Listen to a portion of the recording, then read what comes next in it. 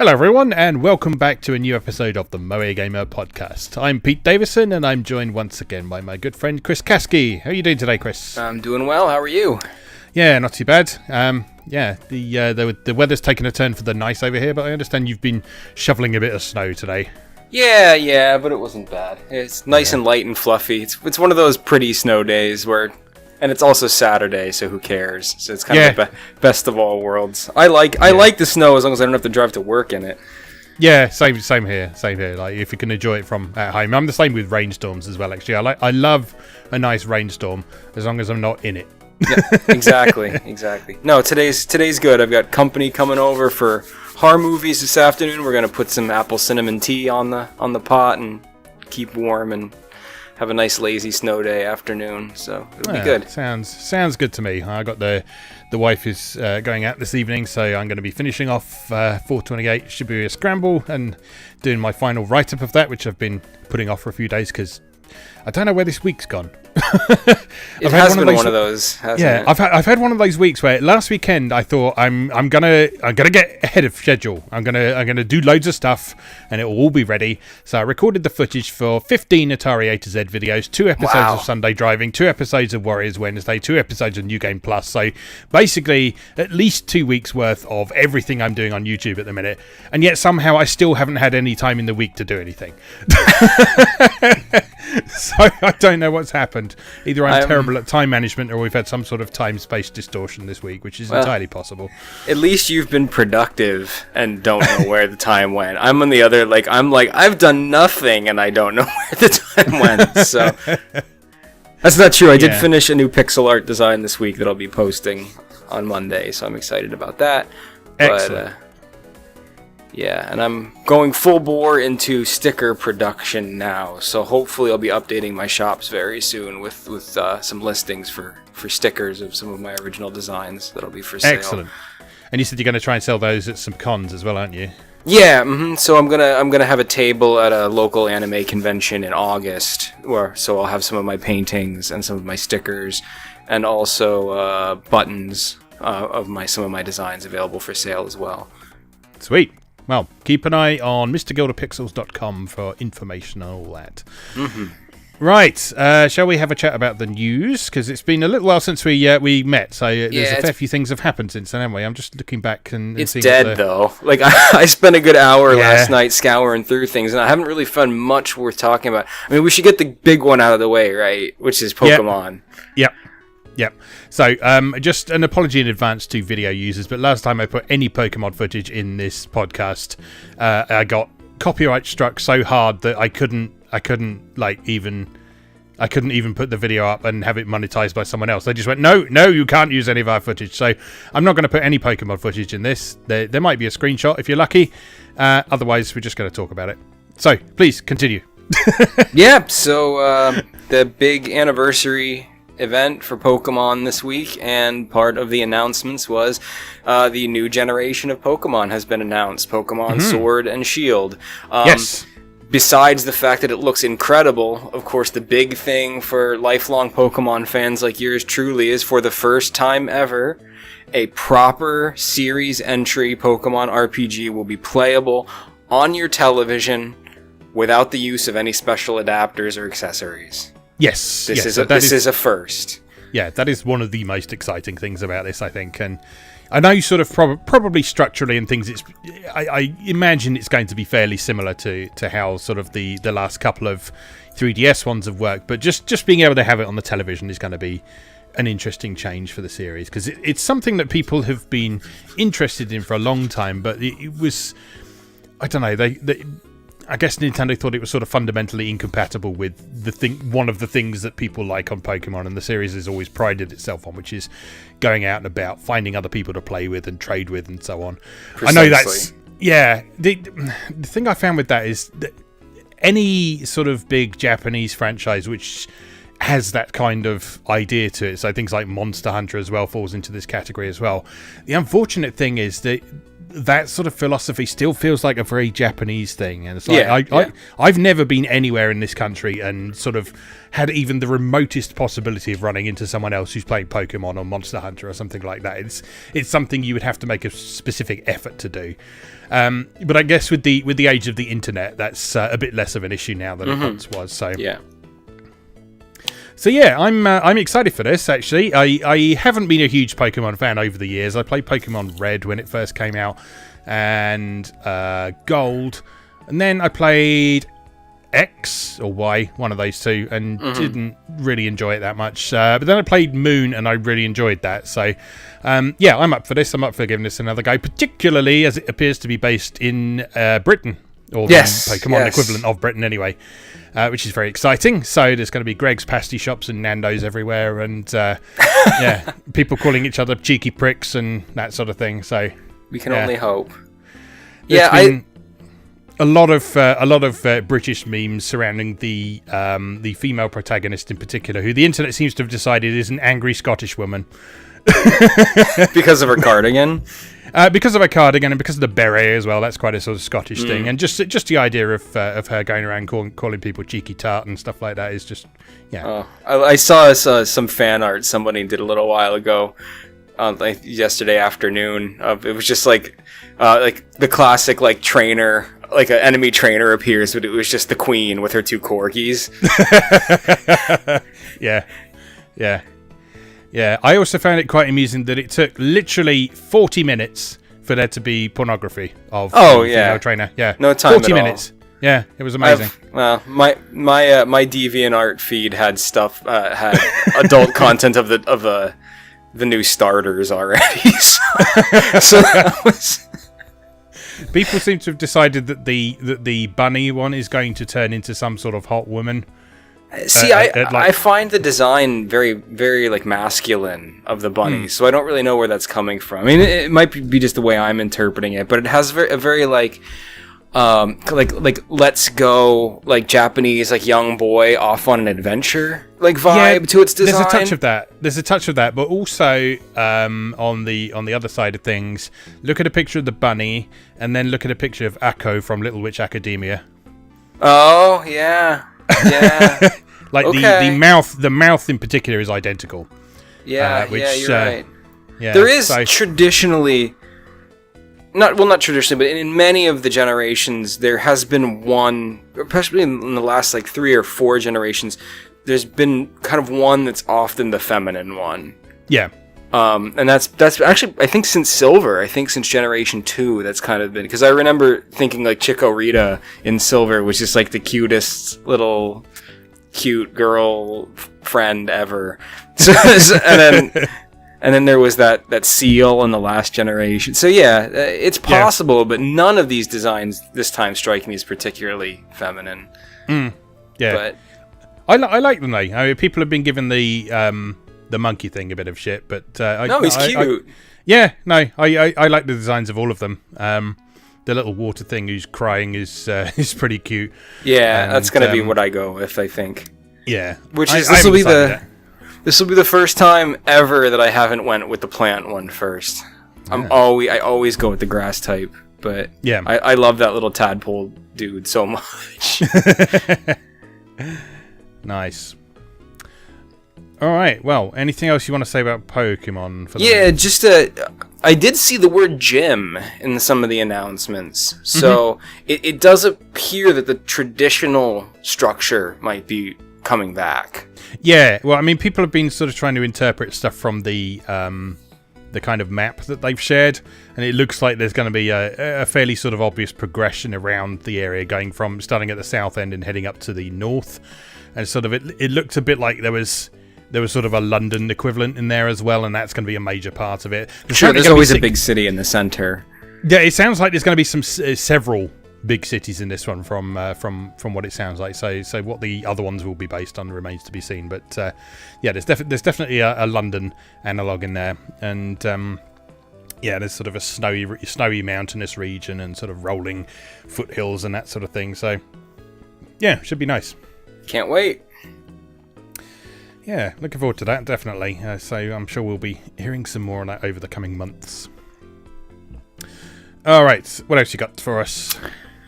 Not a whole heck of a lot. I mean, the Nintendo Direct had a lot of really cool stuff. I think most notably for me is Astral Chain. Oh, yes. Which is the new joint from Platinum. So I think we were probably all pretty weirded out and disappointed when we found out that Platinum was no longer working on that Grand Blue game. Yeah. So it was nice pretty soon after that disappointing news to get a shot of a new project that they are working on. Yes. So Astral Chain looks really cool. Don't know too much about exactly what it is or how it plays, but it appears to be a futuristic action game, which is pure Platinum, right? Where you play as some kind of futuristic police force with these kind of mecha companions that you summon. Yes. And there appears to be a very specific mechanic surrounding kind of using these like laser chains to like bind and like tie enemies or like pull at them. Yeah. Which is cool. I really like mechanics like that. It almost made me reminisce about Pandora's Tower a little bit. Yes, it looks like in this there's some sort of cooperative mechanic with those as well, because I've seen sort of the two protagonists being chained together and stuff as well, so presumably there's going to be some clever stuff you can do with that as well. Yeah, so new action game from Platinum. There's cool robots involved, so I'm super there as if I wasn't going to be there already. So that's exciting. Yep, definitely. Also from that Nintendo Direct, we got another new game announcement from the Tokyo RPG Factory, the people behind I Am Setsuna and Lost Sphere. Yes. Oninaki, which is this time around a action RPG. And people who worked on the original Chrono Trigger are working on it. Yes. Yeah, so I haven't seen people really talking about this that much, but I really like the look of this when me it too. came up. Me too. It's got a really lovely sort of distinctive art style with sort of it's got sort of really high contrast, dark and light colours, and a sort of cell shaded look going on, and a kind of dark atmosphere with it. Yeah, it looks like it's going to be a really interesting one, and with the talent attached to it, I'm definitely intrigued to see what's going on with this. Yeah, the Tokyo RPG Factory, people are really like just weird and consistently lukewarm on their games. Like like Lost Sphere and I Am Setsuna, neither really got a huge reception, but I think they're both very cool games, and maybe people are just over that kind of like super traditional approach to design, but that's what they're going for specifically, and they nail it every time. So, so it's I'm very excited to see they're continuing to put stuff out. Yeah, definitely. I still haven't played either of those two, actually. I keep seeing a second-hand copy of Lost Sphere in my local CEX that no one ever seems to want to buy, so I might actually bite on that at some point. You should grab that. That was limited press.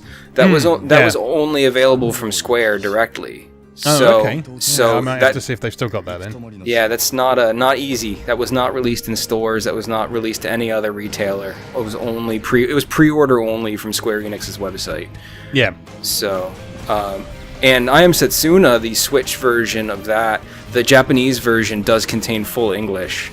Oh, that's cool. So if you want to have it physically, you can import the Japanese version, and you get the full English versions on the cart. Yeah, which is great. Cool.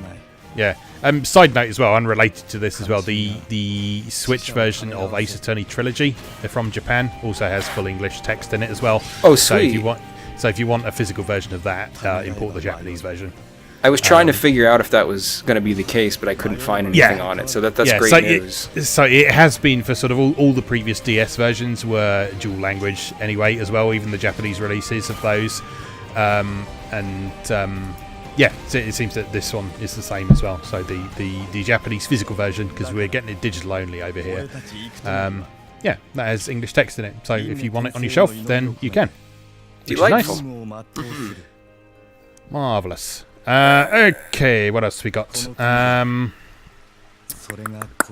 So we've had another look at Ys 9. It's got 3 new playable characters, and we had a bit of a look at the setting as well. So it's mostly sort of screenshots and stuff at the moment, and concept art, but yeah, it's looking consistent with what we've heard so far. This sort of moody atmosphere going on.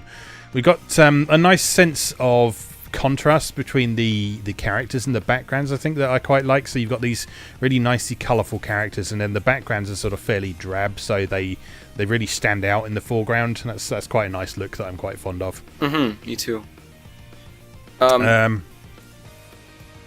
Verticality. I read a thing today that verticality is becoming a really important part of the stage design for this game, which is not something we've had in East before. There's going to be a lot of upward mobility and movement, and stages are kind of going to be designed with, moving upward or going downward, kind of as part of your progression. Yeah. So that's cool because East has always kind of been a very flat thing. Traditionally. Yeah. Well, they kind of experimented with 3D a bit in the sort of the 3 games around the sort of E6 era. So there was a bit of 3D platforming in those from isometric perspective and stuff. Particularly, I think Ys Origin was quite good at it because that had Ys Origin. I say has got some of the best underwater stages I've played because they're really nicely designed and the controls don't suck and. They were really nicely 3D, sort of lots of navigating around and that kind of thing. But yeah, it's nice to see this in a sort of full 3D environment rather than the sort of isometric 3D environment we had in those ones. So it's a nice evolution. But yeah, you're right. The last few Ys games have been quite 2D in the way they've played. Yeah. Despite those sort of beautifully rendered worlds, they're still very much sort of run around and hit things and stay on the ground for a lot of it. Which is fine, but it's nice to shake things up a bit every so often. Mm-hmm. The other thing that I think is interesting is in discussions with the developers and stuff, they just keep emphasizing that the night aspect of the game is super important, and that it's also going to affect gameplay in a way that they haven't really been willing to talk about yet. My wild conjecture right now is that there's going to be some kind of like wear form thing going on. Like maybe Adel and the other characters all have like some kind of like transformation to like a more powerful form that can happen at night or something. Yeah. Well, we've got one of the characters who has got ears and a tail, so there's already a sort of vaguely beast-like character in there, so that may well be something to do with it. So yeah, I mean it's all conjecture at the minute, but yeah, definitely that would be an interesting thing to explore, certainly. I reckon wear things, or maybe vampires or something, or maybe both. You never know. Yeah, well, I mean, they've said that a horror overall theme is like a big part of the design in this one. Yeah. So that would all fit in quite well. Yeah. All right. What else have we got to talk about? Rune Factory 5. Oh yes, Also in the Nintendo Direct. Yes. So they're doing a re-release of Rune Factory 4 first, aren't they? Which was 3DS. Yes. Which is cool because no one played that, and apparently a lot more people should play that, according to people I've spoken to who love it. Yeah, it's quite a good game. Yeah, but people are really excited about Rune Factory 5 because, as I recall, the stories that the people behind Rune Factory, the actual developer, didn't they close down or something after Rune Factory 4? Yeah, we thought we were never going to get a Rune Factory again. Yeah, so we thought there was never going to be another Rune Factory 5 game, and, well, there is. So, there you go. Don't think there's a lot of details on 5 yet, is there? No, just that it exists. Yeah. here's the thing. It's going to happen. It's real. Yeah. So it's enough for me. Yeah, and that's cool. I'm interested to play in 4 as well, because the Switch version has got some enhancements, I think, hasn't it? Yes. So it's obviously got nicer graphics, but I think it's got some extra sort of scenarios and characters and stuff in there as well. So I'm going to pass, but on the remake of 4, just because 4 is already such a massive game, and I have the DS one, but when 5 happens, I'm so on top of that. Yeah. Yeah, Rune Factory is a series that I've been interested in for a really long time and have somehow never actually played any of them. I've got the one that's on PS3, which is... Oh, 3, yeah. I think, isn't it? Yeah. Or maybe a version of 3. I think there were several versions of that. And I haven't got around to playing that yet, but that's one that I'll have to dig up at some point. 4 I haven't touched at all, but I remember when that came out, a lot of people were really happy with it. So, it'd be good for that to get a new lease on life. So... Yeah, great series. Just a charming, friendly. We often talk about like feel-good games and then how important those are in the grand scheme of things. And it doesn't get more like feel-good than Rune Factory. Everything's just pastel and everybody's smiling and it's just so cozy to sit and play. Yes. Okay, what else we got? So a little while ago, BEAKF, who have been localizing a lot of Japanese stuff recently, well, for the last few years now, actually, but yeah, they finally announced that they're doing their first ever own IP now. Oh, cool. Which is it's a visual novel called Kotodama, The Seven Mysteries of Fujisawa. So they're working with a Japanese company called Art Company Limited, and it is apparently turning the classic high school story on its head with a brand new universe where absolutely nothing is as it seems. So from what I can make out so far, because they just sort of teased it a bit so far. From what I can make out so far, it sounds a little bit like, in terms of tone, what they've done with Song of Memories, which was their recently released one, in that you've got sort of half of the game is sort of standard high school shenanigans, and then the other half is sort of dark as shit and full of weird stuff going on. So that sounds so out of place for a visual novel. That never happens.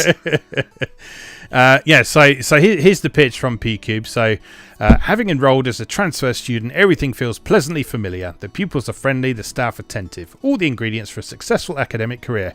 But you're not here for a quiet life. Having made a pact with Mon-chan, a sarcastic demon fox, you wield the power of Kotodama, a means of coercing the truth from those who seek to lie to you. It's not a power to be used lightly.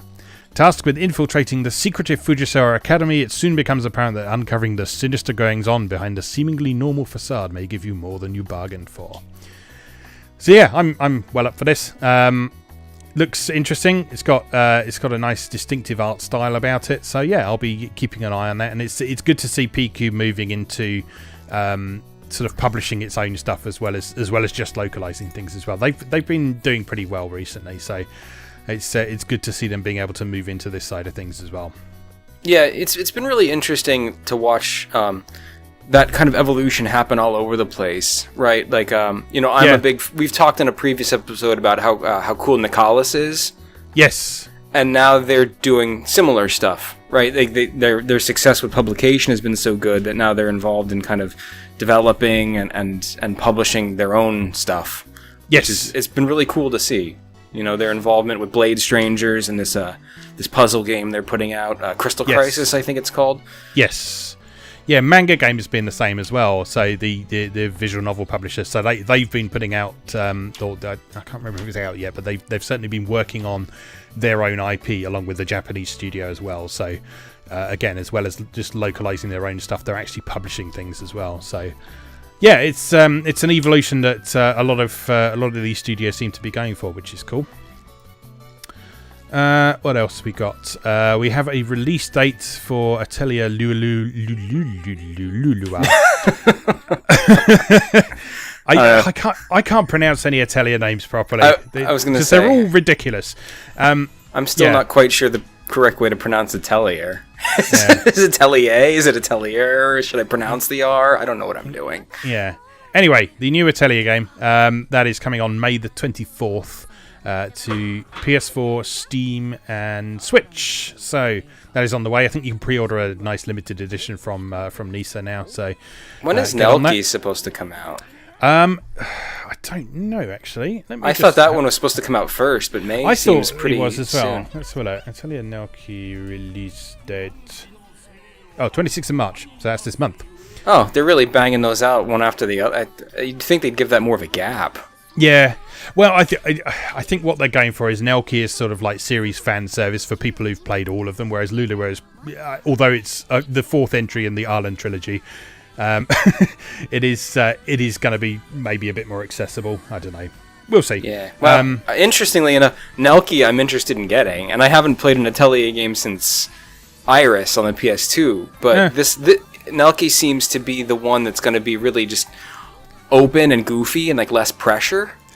Maybe I've got that the wrong way around. Then maybe Nelki is the one that they're hoping people will sort of come on board with. Because I mean, although it's got the name Atelier in the title, it's not Atelier Nelki. It's Nelki and the Legendary Alchemists. So yeah, maybe it's that way around. Maybe they're hoping for that, and then Lulua will be for people who've played the whole Ireland series and want to see what the next step is. So either way, Lulua is out on May the 24th, and Nelki is out on the 26th of March. So watch out for those. Got a story that I don't know how you'll feel about. Department Heaven's back. Yeah. With Yggdra Union re-releasing it for mobile. Yeah, well, it's a mobile port of a game I already own. So yeah, now if the news was Department Heaven is returning with a brand new entry exclusively for mobile, we'd be having a different. But yes, please, more people play Yggdra Union because it's goddamn amazing. Yes. So currently, there's only a Japanese version has been announced for this, but there does seem to be English text in the teaser that they've put out so far. And so, yeah, so you should be able to play that. That is due for release in spring 2019. So keep an eye out for that if you've not had a chance to play those before. I've not played those before. I would prefer to play the original versions rather than play on mobile. Although the mobile version will support controllers apparently. So if you have the means of connecting a controller to your phone, then yeah. Well, if you have a PSP TV, right? I mean, a yes. Vita TV. Yeah. So ideally, download the PSP versions on your Vita TV. Yeah. Yeah. Because I think you can get all 4 Department Heaven games on the PSP. Yeah. Yeah, you can. Because it's cool. Riviera, Yggdra Union, Knights in the Nightmare, and Gungnir. And yes. they're all on the PSP. Ideally, you should play Knights in the Nightmare on the DS, but yes, but really, whatever. All right. So last thing I want to cover, I think, talking to the Vita, Sony has officially ended production of the Vita in Japan. So raise your glasses, please. End of an era, finally. Not that people have sort of done it any favours over the years, really, but yeah, all the people saying, "Oh, Vita is dead." Well, you're finally going to be right. So well done. Yeah, it'll be interesting to keep an eye on like limited run and strictly limited and stuff, and see what the last titles they'll be trickling out is. I know I still have a couple Vita games on pre-order over at limited run. Yes, yeah. I think I've got one as well, actually. I can't remember what it is offhand, but yeah, one I've been waiting for a while. But I know that they had to do a bit of a rejig a little while back with some of the Vita releases, just because there weren't enough cartridges to do everything. So yeah, I think we may well run into that situation a few times before the end finally comes. But yeah, if you want to collect Vita stuff, now's probably a good time to start thinking about doing it. Yeah, before prices start going nuts. Yeah, definitely. All right, anything else you want to cover? Yeah, I just wanted to mention quick that for those of you who missed out on the Kingdom Hearts Story So Far bundle back in October, like I did, because I was a dum-dum. Yes. I was a dum-dum, and I sat on it, and I didn't realize it was a limited press thing. And then when Kingdom Hearts 3 dropped, and like everyone had Kingdom Hearts fever, I was trying to get a copy of it, and it was going for like $80 to $100. Yeah. So Square realized there was demand, and they're going to be doing a reprinting in US and Canada, and also it's going to come out now in other territories. It was a US and Canada only launch, so now it's going to be released in PAL territories as well. Ah, finally. Also, right after I just picked up the PS3 versions. Never mind. They were cheap, so you know. You know, I doubt there's a huge amount of benefit in getting the PS4 versions over the PS3 versions. So just that it's in one case. Just that it's all in one place. Yeah. Yeah. So yeah, that's good. I've now picked up all of the Kingdom Hearts games across the 2 PS3 releases, the 2.8 release on PS4, and I also picked up the one DS game that they only put the cutscenes in for one of those releases as well. The 358 over 2 days, I think. Right. Because I do want to actually give that a go as a game as well. So rather than just watching its cutscenes. So. There was another one too, Coded. I don't think Coded is playable. I thought it was. I thought they redid it as Recoded, I think. Recoded? Okay, that makes sense. Dream Drop Distance is remastered. So Chain of Memories, Dream Drop Distance, and Recoded, okay, are all good. So it's just that one for some reason. Yeah, I don't know why they didn't convert that for some reason. But well, there we go. Maybe there was stuff that was specific to the DS stuff. Yeah, that's very possible. The screen layout, I think. So, yeah, just looking at the Wikipedia article, I can't really see what's there. But yeah, I've got all of those now, so I'm going to try and cover those at some point. But exactly, how is the question at the minute? 'Cause it's a big old series. But it's huge. But yeah, I just thought this was worth mentioning because if, like me, you like to have games for historical purposes, I mean, I don't know what the price in your territory will be, but in the U.S. and Canada, U.S. it's $39.99. It's an incredible value. Yeah, definitely. Because that pack is all of the previous release, isn't it? So it's 1.5, 2.5, and 2.8, isn't it? Yeah, it's just 2 discs. It's not even different. It's just the same discs you would have bought if you bought those separately packaged in one case. Yes. With a different cover. So, but it's great. You can't beat that for $40. You could play those games for a year. Yes, absolutely. So, all right, great. Is that everything now? Yeah, I think so. Marvelous. All right, let's take a short break then, and then we'll come back and we'll talk a little bit about what we've been playing recently. So, see you in a moment. Key that opens the hearts of entire worlds and allows one to obtain anything and everything.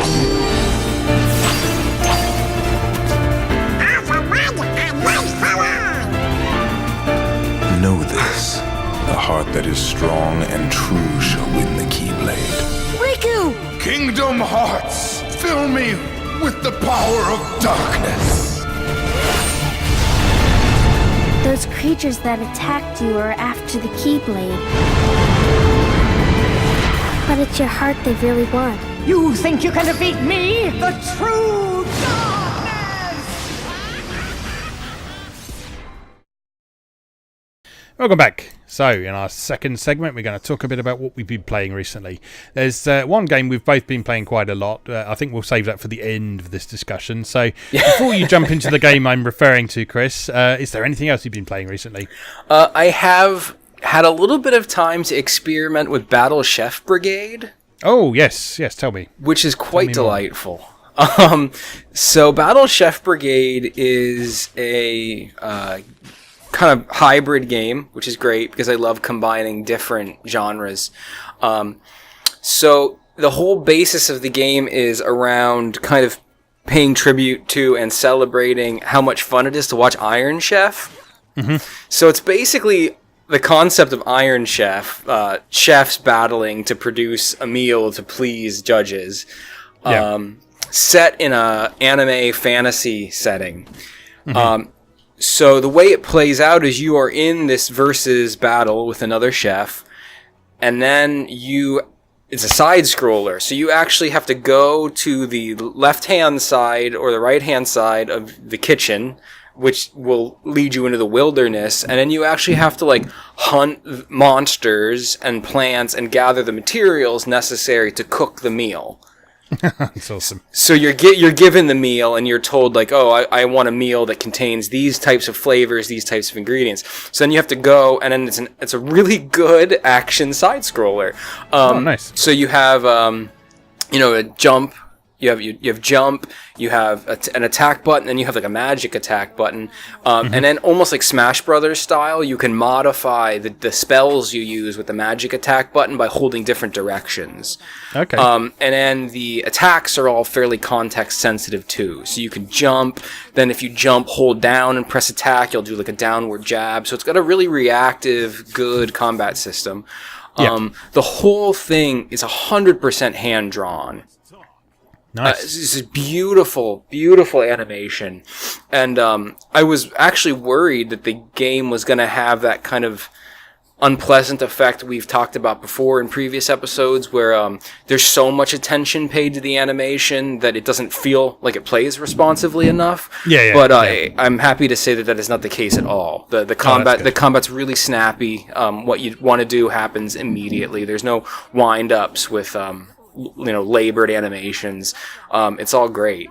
So once you're done with your action, you go back to the kitchen with your gathered ingredients, and then you cook. And then the cooking happens in the form of a match 3 puzzler.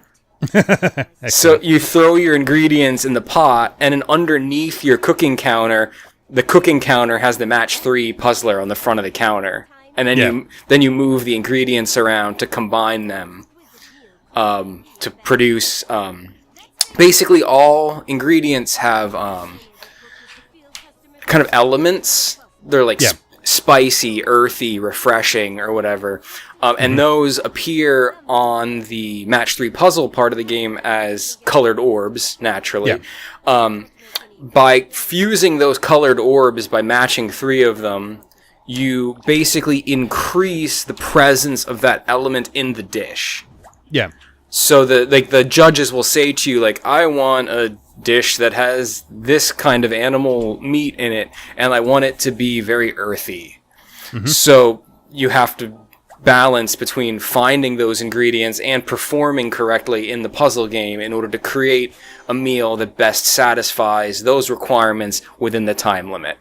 Yeah. And that's Battle Chef Brigade. And there's a story mode with a charming little town you can explore, and there's shops you can go into, and all the characters are super like sweet and cute and have really, really well written dialogue. It's nice. It's just an absolute delight to play. It's one of those games where you can feel how much love was put into it, like as soon as you engage with it.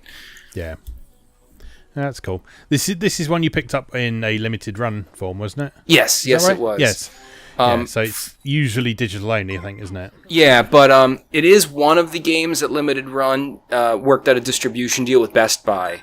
So so if you're in the States and potentially Canada, I don't know, but if you're in my neck of the woods, you may be able to grab a copy at Best Buy as well. Cool.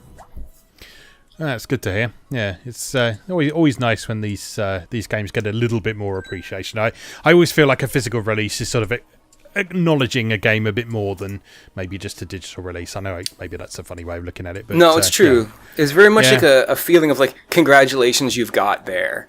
Yeah. Like, I mean, obviously I can't think for other people, but I just finally received my copy of Dust: An Elysian Tale for the Switch, and like when I held it in my hand yesterday, all I could think of is like Dean Dodrill, the creator of Dust. I've bought this game. This is the 3rd time I've bought Dust. I bought it on Steam. I bought it on the PS4. I love this game. But holding that physical copy in my hand, the first thing that went through my head was like, how must Dean Dodrill feel to be able to hold a physical copy of this thing he crafted? Like, it's cool when the indie games get the physical release. Yeah, that must be pretty amazing.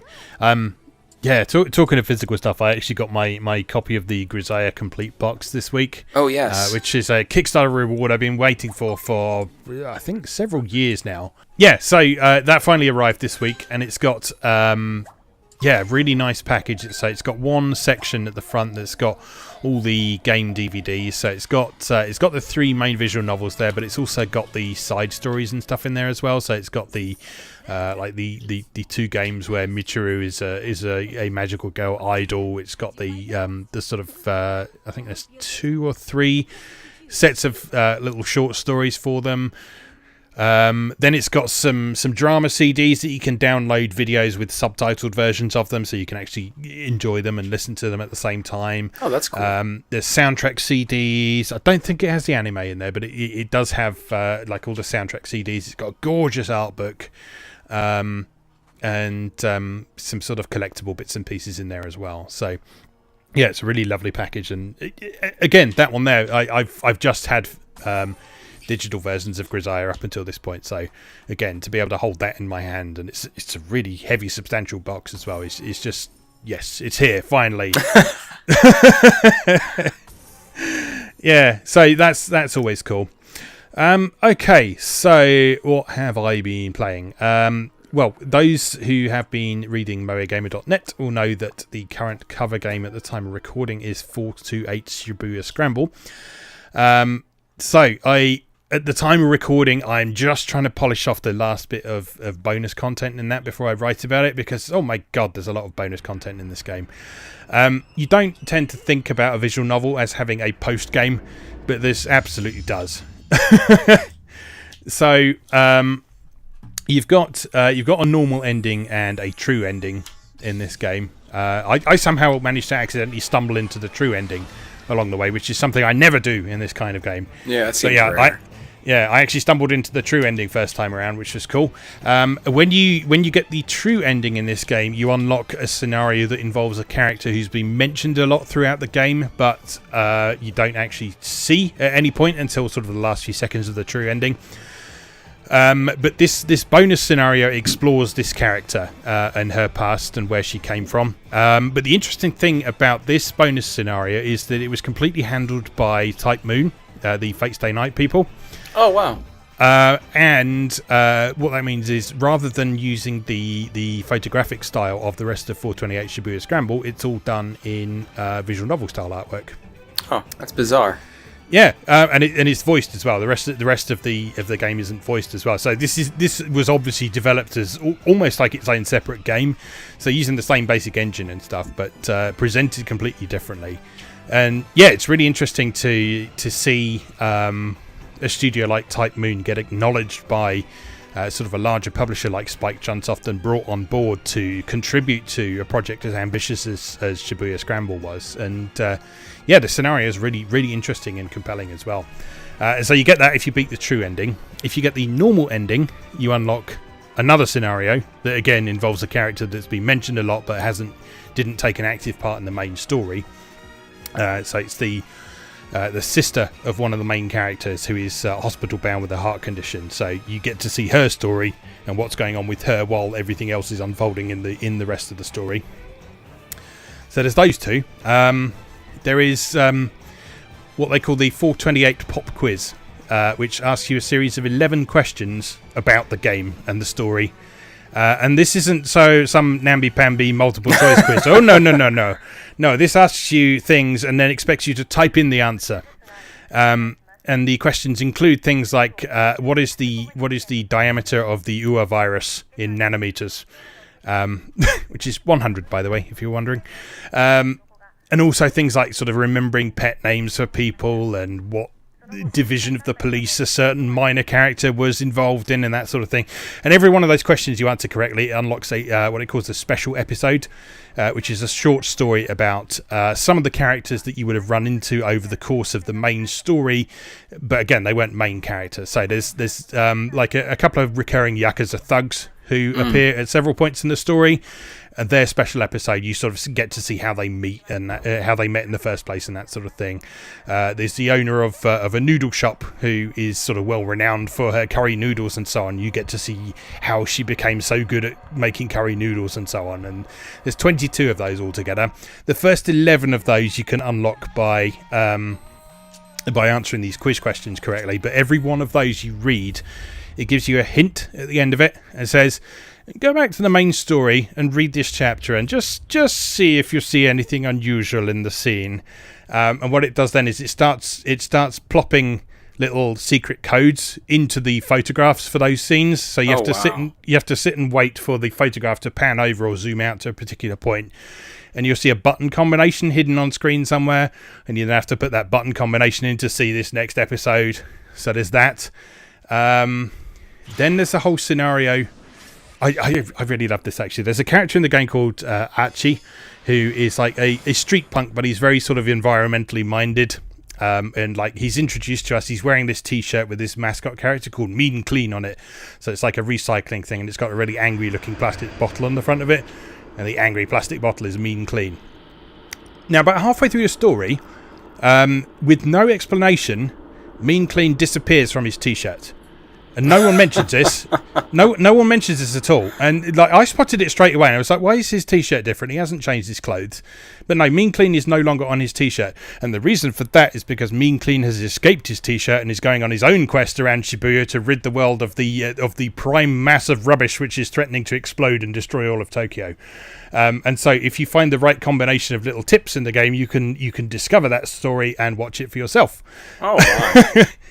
And when you finish that, you then get this charming little 8-bit platform game starring Mean Clean, in which he has to trap bits of rubbish indoors.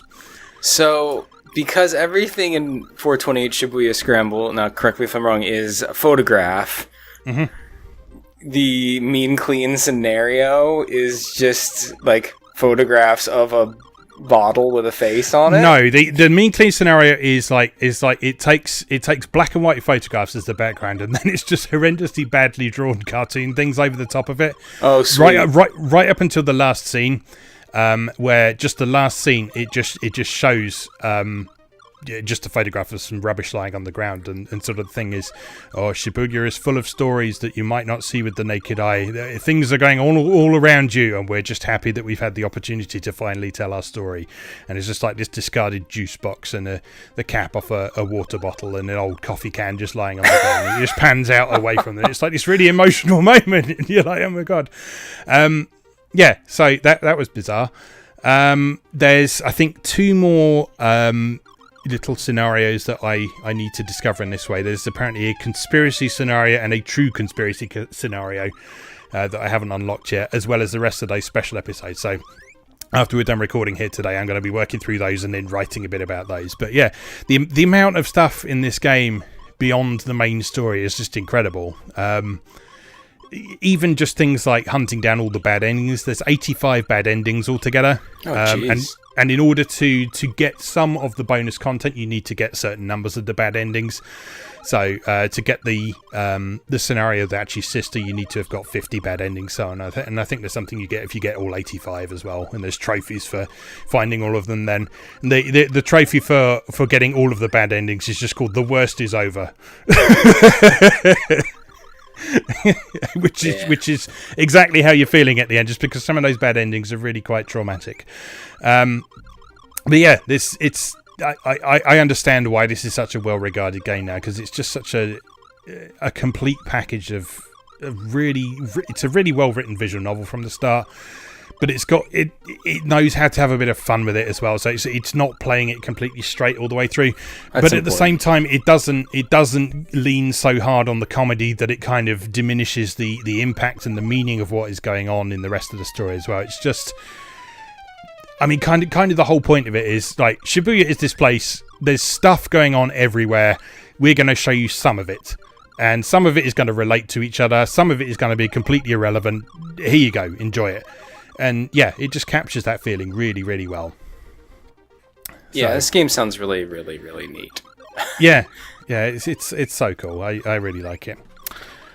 So that's pretty much everything that I've been playing up until now. I was going to try and give Death End Request a try before I started covering it, but I've not had time to do that, unfortunately. So hopefully by the next time we convene to speak about this, I'll be able to talk about that a little bit more. Yeah, I'm really looking forward to hearing about that one. Yes, I'm very looking forward to playing this as well. It's one I've had my eye on for a long time now. So, all right. So the other thing I know we've both been playing then is Dynasty Warriors 8. So let's hear what you've got to say about this. It's good. I don't know what else to say really. I've always loved Muso games, and we talk about them a lot. We've talked about them a lot here, especially when we celebrated how good Hyrule Warriors was. But I haven't played a proper Romance of the Three Kingdoms era China Warriors game since 4 on the PS2. Yeah. So I really had no idea of kind of the evolutions that the series had made and kind of where things had matured to. So it's just been delightful to kind of uncover what modern Dynasty Warriors was like before they decided to take an open world for 9. Yeah. So 8's kind of the last traditional China Dynasty Warriors. And it's just so full of wonderful, wonderful mechanics and things to do, and I've been playing it for a month now, and I'm nowhere close to being like satisfied with progressing my characters, collecting weapons, the way the stories progress, alternate routes that open up depending on different conditions you satisfy can lead to different story scenarios, to introducing other characters. A character you really like might die in the actual historical route, but you can find a way to save them, which then creates a branching history path to a new hypothetical way that things could go, which is less tragic. It's just really, really, really cool. And I'm just loving going back and doing this. I've always loved these characters. So it's been really cool to find a way for Guan Yu not to die. And it's just been great. I'm loving it. Yeah, I've been the same. I haven't really played a Dynasty Warriors seriously for quite some time. I think probably about the same for me. 4 or 5 was probably the last one that I really actively engaged with. I've sort of touched on a few over the years, but those would have been the last ones that I seriously engaged with, outside of sort of spin-off games like Hyrule Warriors and that sort of thing.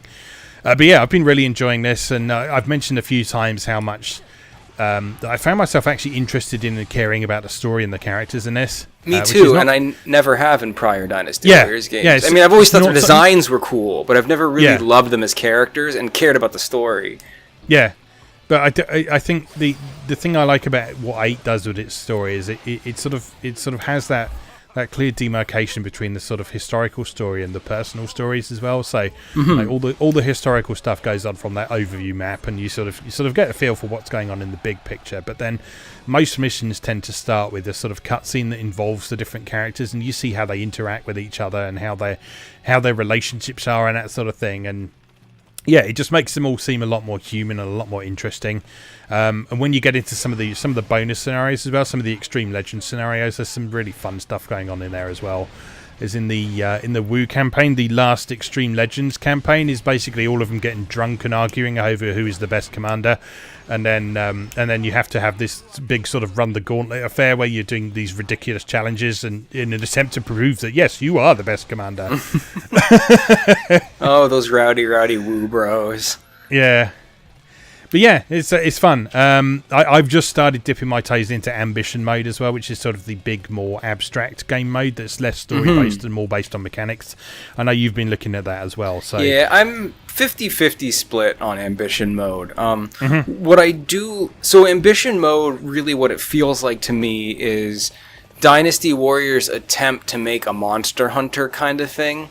Yeah. So what you have is your base that you're always working on building with new facilities emerging as you progress that unlock different things. So you have a blacksmith, which you then level up by investing materials in. The higher his level, the more things he can do for you. You have a cookery. I forget like what they call it. It's like a kitchen, and she can cook for you, which gives you buffs for the stages.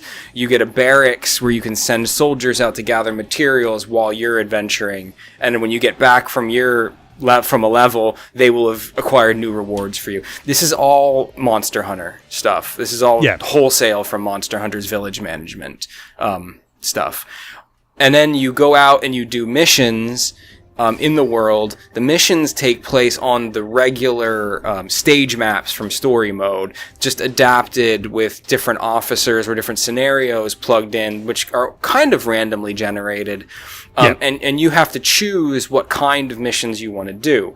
From there's materials gathering missions that help you build your bases.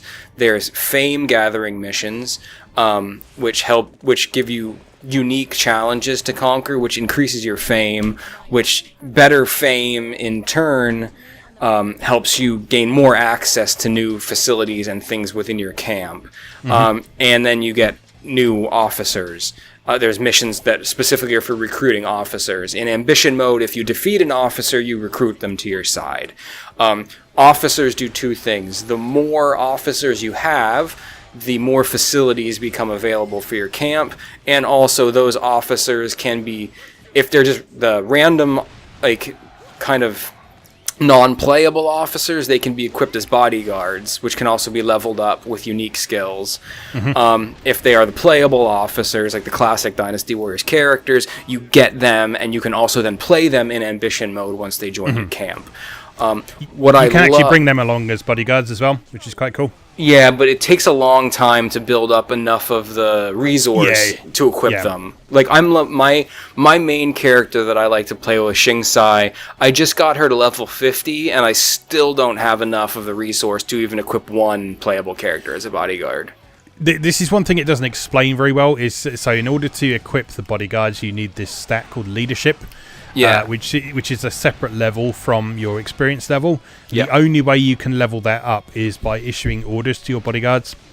So what you need to do to level up leadership is you need to take along a bunch of crap bodyguards and get them all to do their special action, because that's worth loads of leadership experience. Let them do that, and you will romp through the leadership levels then, and you'll be able to equip the good bodyguards in no time with that. So that's a slight grind there that it doesn't explain very well, but you can get around it quite easily.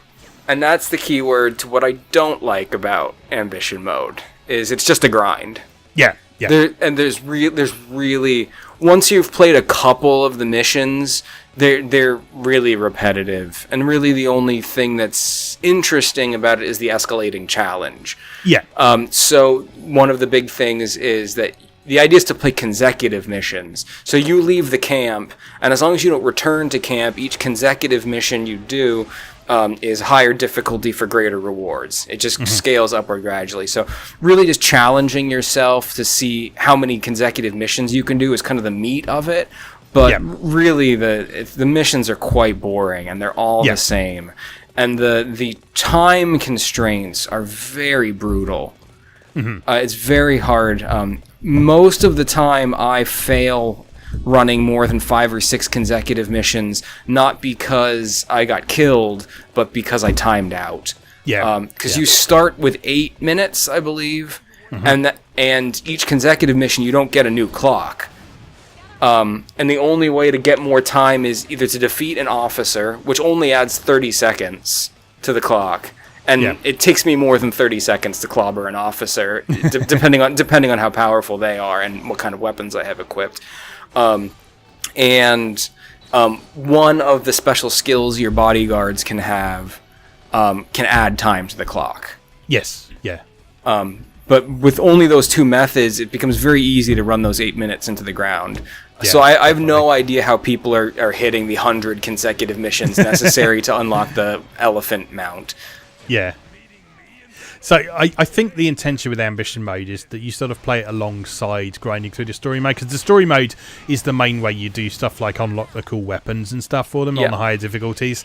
So I kind of feel like ambition mode is this sort of complementary mode almost, because there's certain things you can only do in ambition mode, like upgrading the blacksmith is the only way you can get the weapon fusion thing, which is your means of customizing weapons and attaching and upgrading various abilities to those. So the only way you can do that is through ambition mode, but there's no sort of obligation to finish ambition mode if you want to, but it is worth engaging with every so often just to sort of get you to a point where you can do some of those interesting mechanics. And I mean, there is an end game and end goal to it if you want to, but I feel like the more interesting stuff in the game is in the various story modes and completing those on the higher objectives and figuring out the conditions to get the various weapons and so on. So it is the only way to get the better mounts.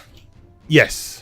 I don't think the mounts drop in the other modes. I could be wrong, but I've never gotten a new horse from story mode, even playing on the higher difficulties. Yeah. So, because then you unlock the shop, and the shop can sell you mounts too. You can buy, and the mounts have skills too. So there's a whole loot game with the mounts involved as well. Yes. As well as mounts, there's sort of companion animals as well. One of the things that the Nintendo Switch version, which I've been playing, is the Definitive Edition. So that comes with all the DLC from the previous versions. And one of the bits of DLC you got with that is it's like a sort of nine-tailed fox type thing that follows you around and occasionally gives you buffs and stuff. So there are sort of companion animals you can get as well. But again, I haven't seen those drop yet. So I'm not sure if they only drop in ambition mode or if they only drop in high difficulty. I have a wolf.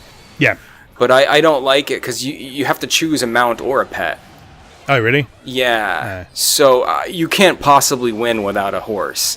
Like any of the time specific stuff, I don't think is possible to. Because there's only one equipment slot for animal. Right. And it's either a mount or a pet.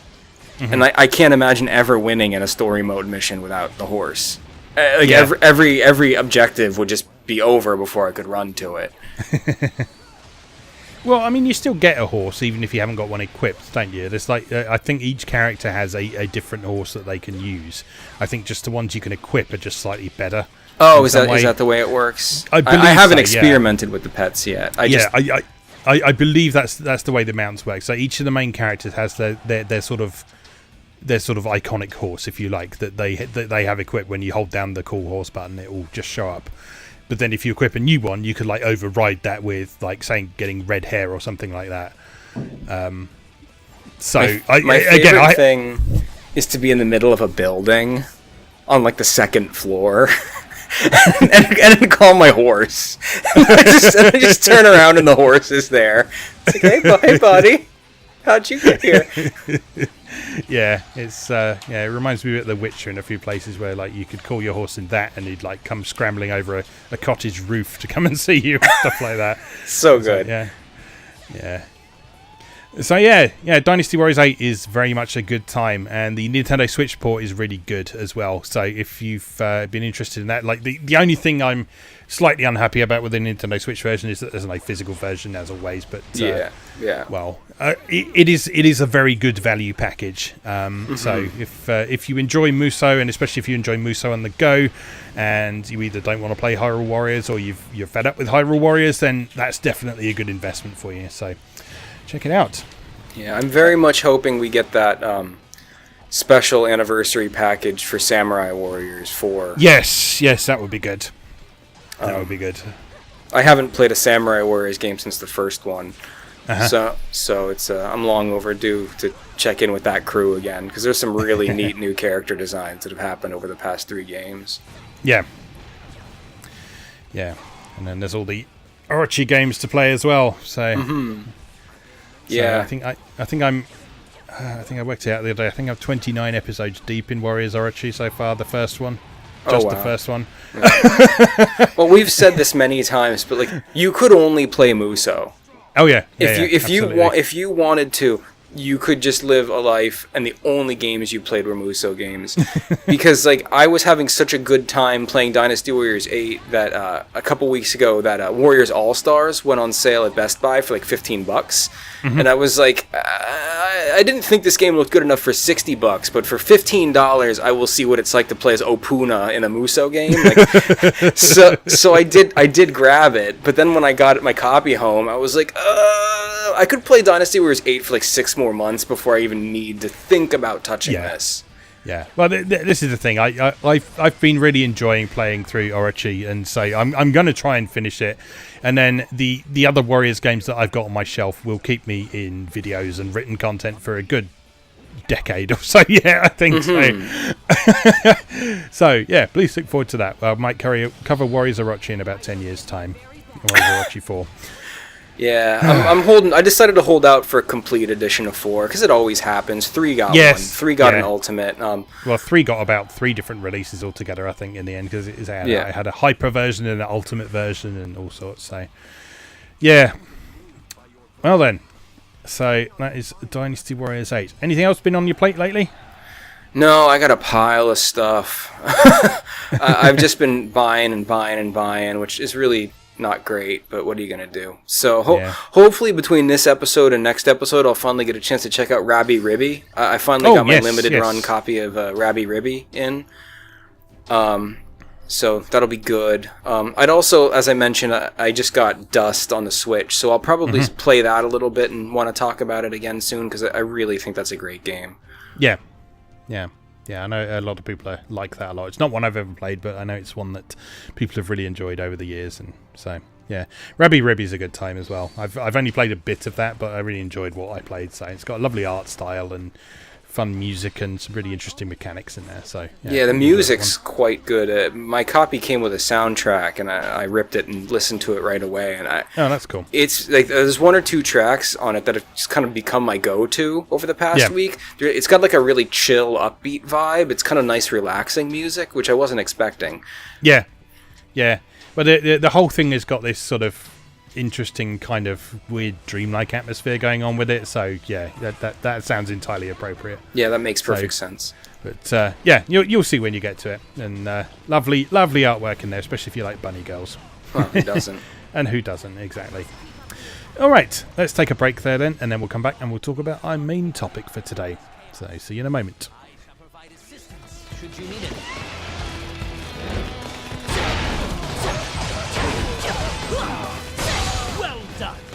I praise your efforts and bless your name and house. I've taken control of this area.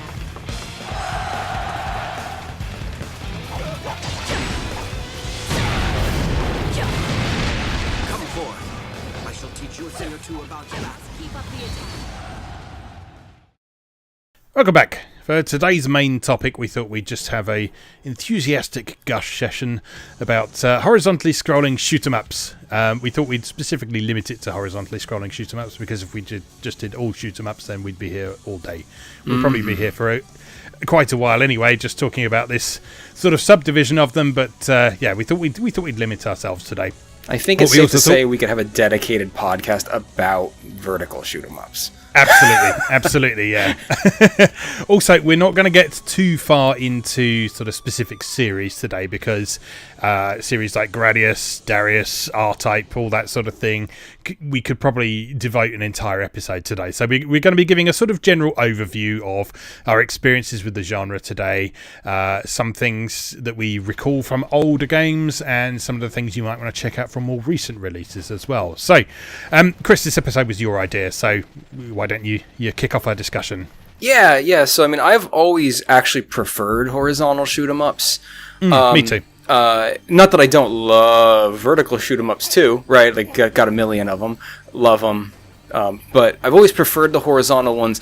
And I think, to me, it's because they've always had a slightly more deliberate pacing to them. Yes. Which has, as a person who primarily likes to play games as a way of engaging with art, as much as I like vertical shoot-em-ups, I feel like most horizontal shoot-em-ups give me I can enjoy the environments more, the enemy designs more, just because the pacing is a bit more scaled back. Mm-hmm. So, I mean, one of the reasons I wanted to talk about this today was because you had posted such an enthusiastic review of Devil Engine.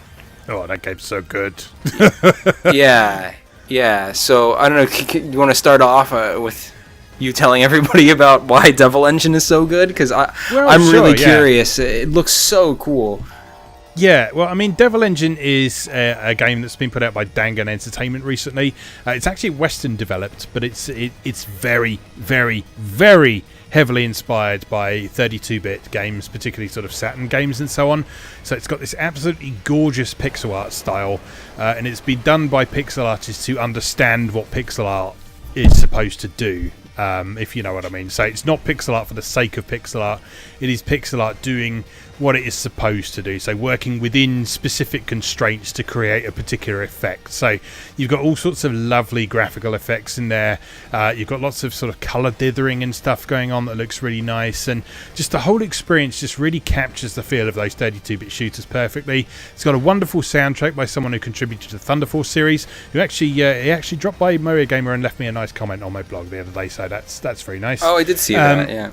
Yeah, so I was very happy about that. But yeah, it's in terms of what it's doing, it's basically not doing anything especially remarkable or innovative or anything. But what it's doing it so well. It's just an absolutely fantastic, beautifully presented, really fluidly moving, smoothly scrolling, really well structured, horizontally scrolling shoot 'em up. So it's making use of a sort of vaguely Raiden-esque power-up system. So you've got the 3 different colours of weapons, and they each handle in different ways. But having that weapon system from a side-on perspective gives you a slightly different twist on it. You've got this burst mechanic where you can sort of counter bullets away from you. But then you have to sort of balance that with your combo system. So you build up your multiplier combo by blasting enemies and so on. And then the higher that is, the larger your burst can be, so the more bullets you can counter.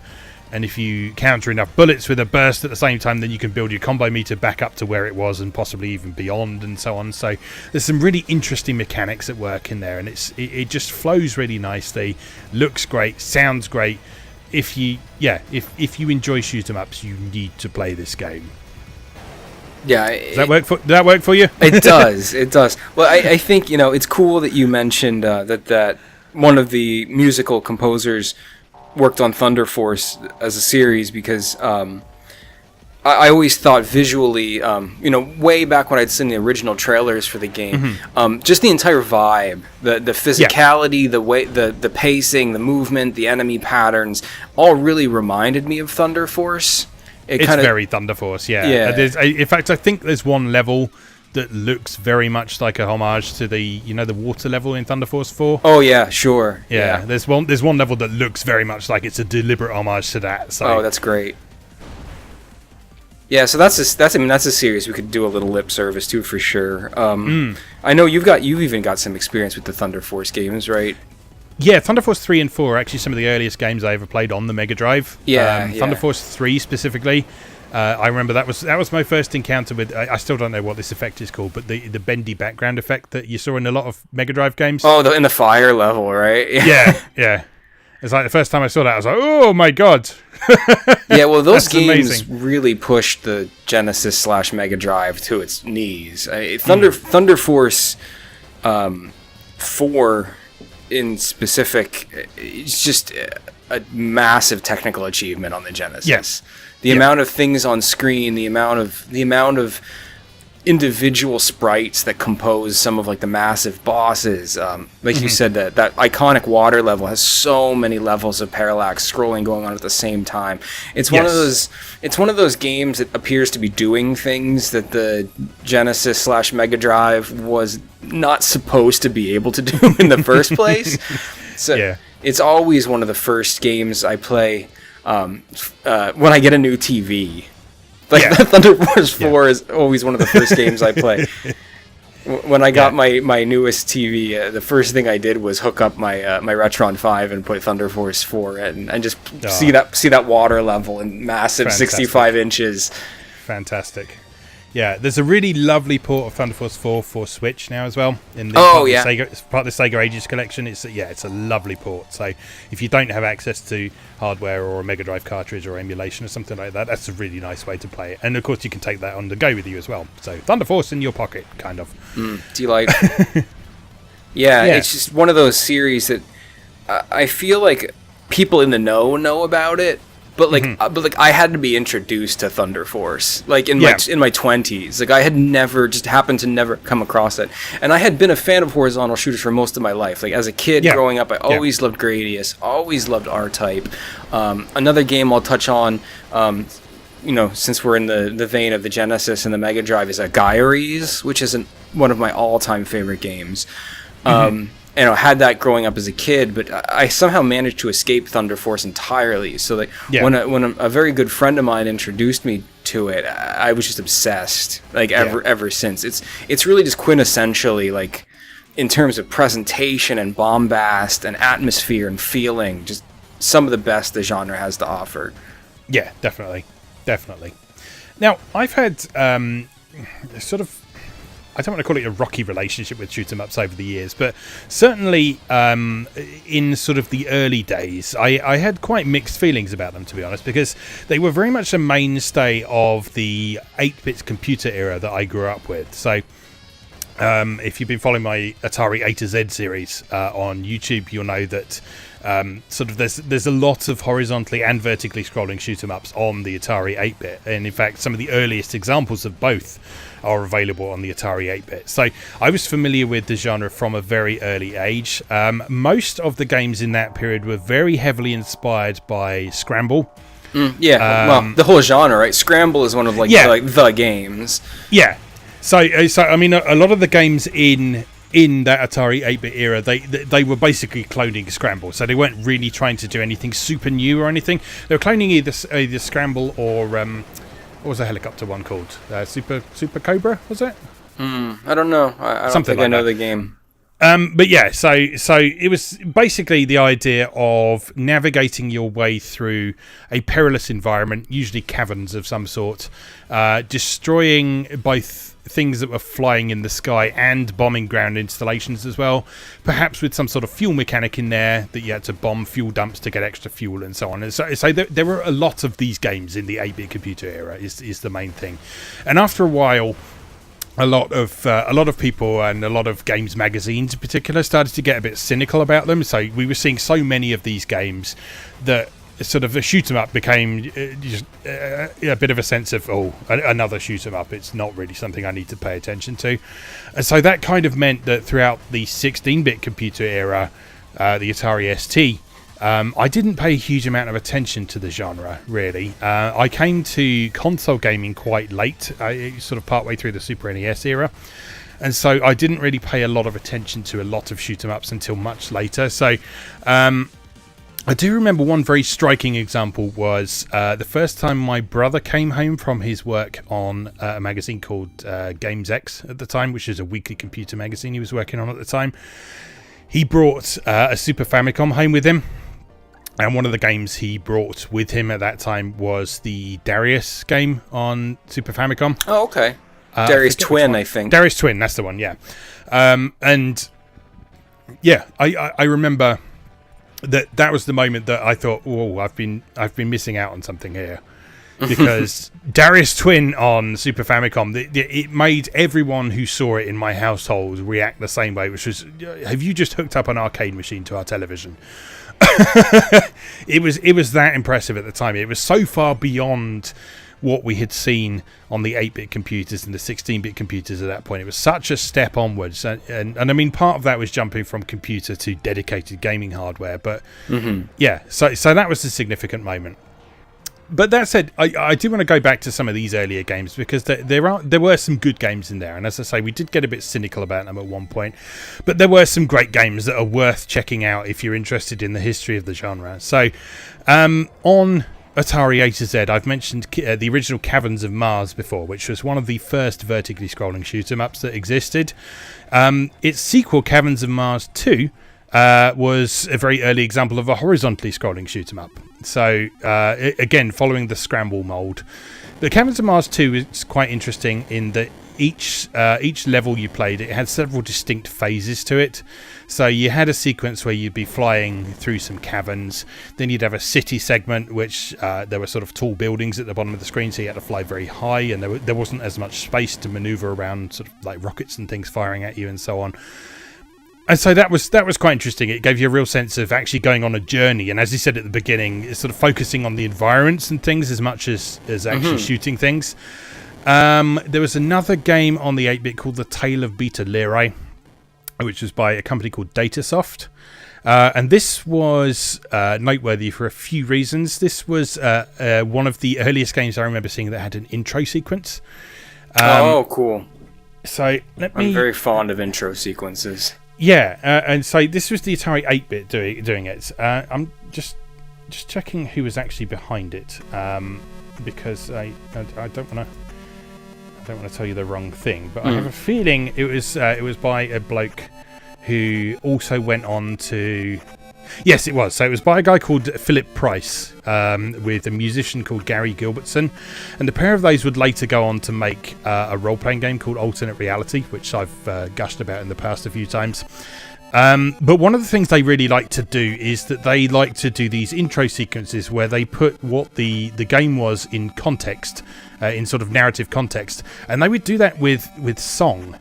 Now, obviously, the Atari 8-bit sound chip wasn't up to doing digitized sound to the degree that you could have someone singing, so they did the next best thing. They basically did this sort of karaoke intro where there would be this chip-tune music, and there would be the lyrics coming up on screen, and it would sort of highlight the words in the lyrics as the music was playing. Okay. And the Tale of Beta Lyrae was one of the earliest examples of them using this technique to sort of put the game in context and give you a feel of what was going on. The game itself was a fairly standard sort of Scramble clone, but just this sort of additional sense of context at the beginning gave it a really interesting feel to it. It really gave it a feeling that there was a certain amount of meaning there. Mm-hmm. And so that's well worth checking out again if you're interested in the history of the genre. So as far as I'm aware, that was exclusive to Atari 8-bit, so it's not terribly well known. But it is well worth checking out if you have the opportunity. It will probably show up on Atari A to Z at some point, so watch out for that. So what was you think was your earliest encounter with the genre? You know, as a kid, my relationship with these games originally was rocky as well, a little bit. Not because I was oversaturated with them or had felt cynical towards them, but because they just would like make me cry because they were hard. It's like when I was a kid, there was a pretty solid rule in my house that like they would not be purchased. Yeah. Like, because I was always super drawn to them because of the art, like the cool sci-fi art on the boxes and the graphics I would see on the back. So, I would always ask for these games for holidays or gifts or whatever. And my parents would just refuse to buy me spaceship shooting games because I would play them for like 15 minutes and then like throw a temper tantrum and then never play them again. But I always wanted to play them because they were so cool. Yeah. So like, when I think back to like my earliest like love of horizontal shooters, I think back to a game on the NES called Burai Fighter. And because Burai Fighter has, in my head, when I think of like cover art, just like one of the most iconic cover arts ever, and it's just this like dude in like an astronaut uniform with like a rocket pack, like blasting at like a Chinese dragon. Like, none of it makes sense, and it's beautiful. So Burai Fighter is by Kid, who was kind of this weird, offbeat third-party developer for the NES/Famicom, and they have a bit of a cult following. They're quite famous for making one of the good G.I. Joe side-scrollers. Okay. On the NES, they also did Low G Man, which has a bit of a cult following. Yeah. But they did this game Burai Fighter, and what really stands out about it is, first of all, you weren't a ship. You were this astronaut dude in a rocket pack with a gun. And there was a big emphasis on environmental navigation in this game. Like the environmental hazards were very, very big. Narrow corridors and like just platforms jutting out to get in your way that could kill you. Which is something that is pretty unique to horizontal shooters. It's not something certain vertical shooters do it, but it's very rare. Vertical shooters are almost entirely about bullet and enemy patterns and score chasing. So it's one of the reasons I've always preferred horizontal shooters, is because it's much more common for the environment itself to be an enemy to you. And Burai Fighter was also unique because it was one of the games where you could shoot both ways. Oh, okay. You could actually shoot behind you, which I just remember that always sticking out to me, was the ability to shoot in more than one direction, which, other games have done very well too. I'm also a big fan of Capcom's Sidearms, which is a very similar concept. But one of the earliest games I can remember playing was Burai Fighter.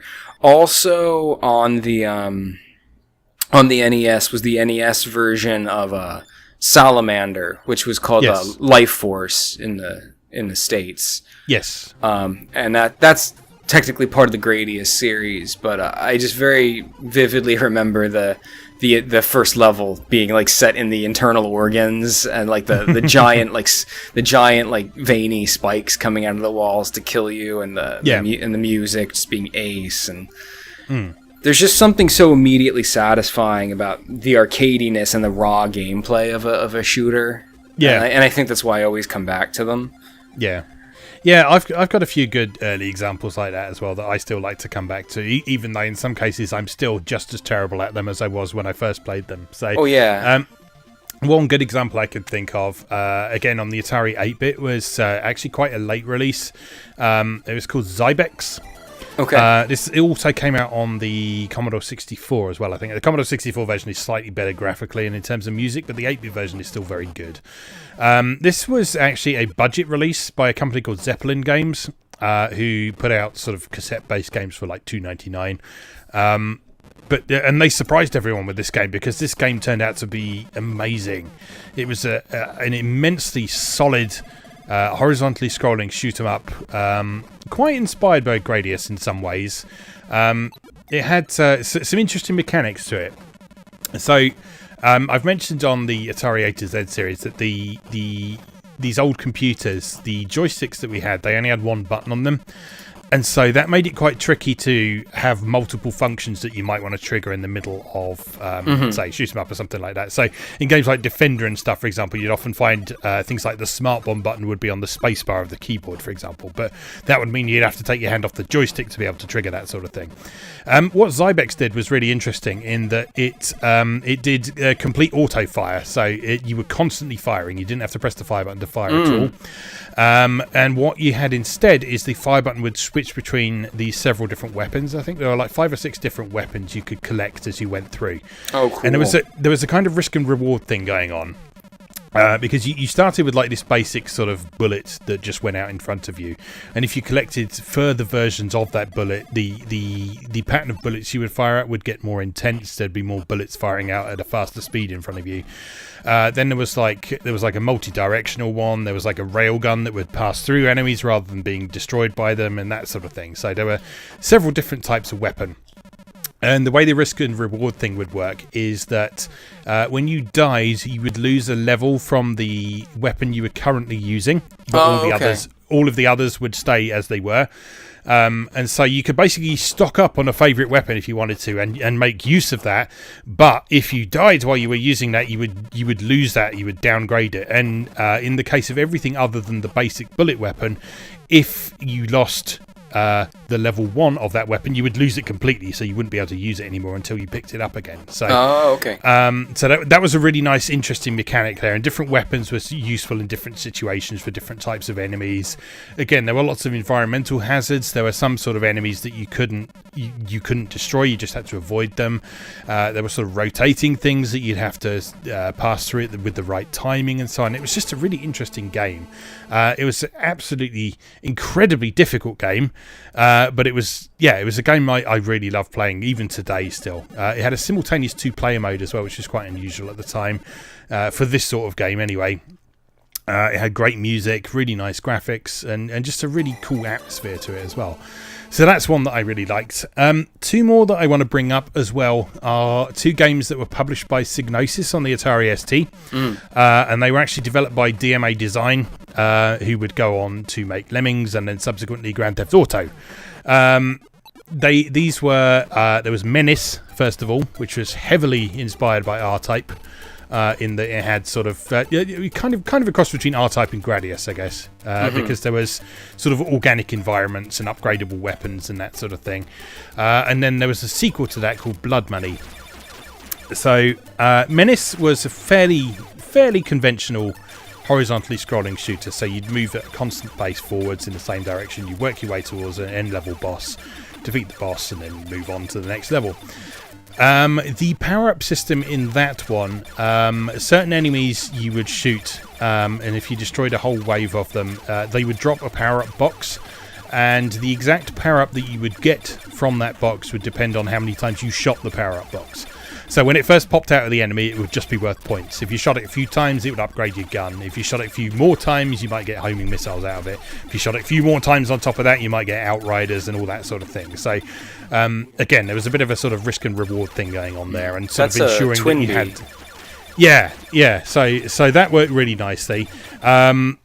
Menace was another one that would upset me a bit as a kid because I just could not defeat the first boss in that game at all.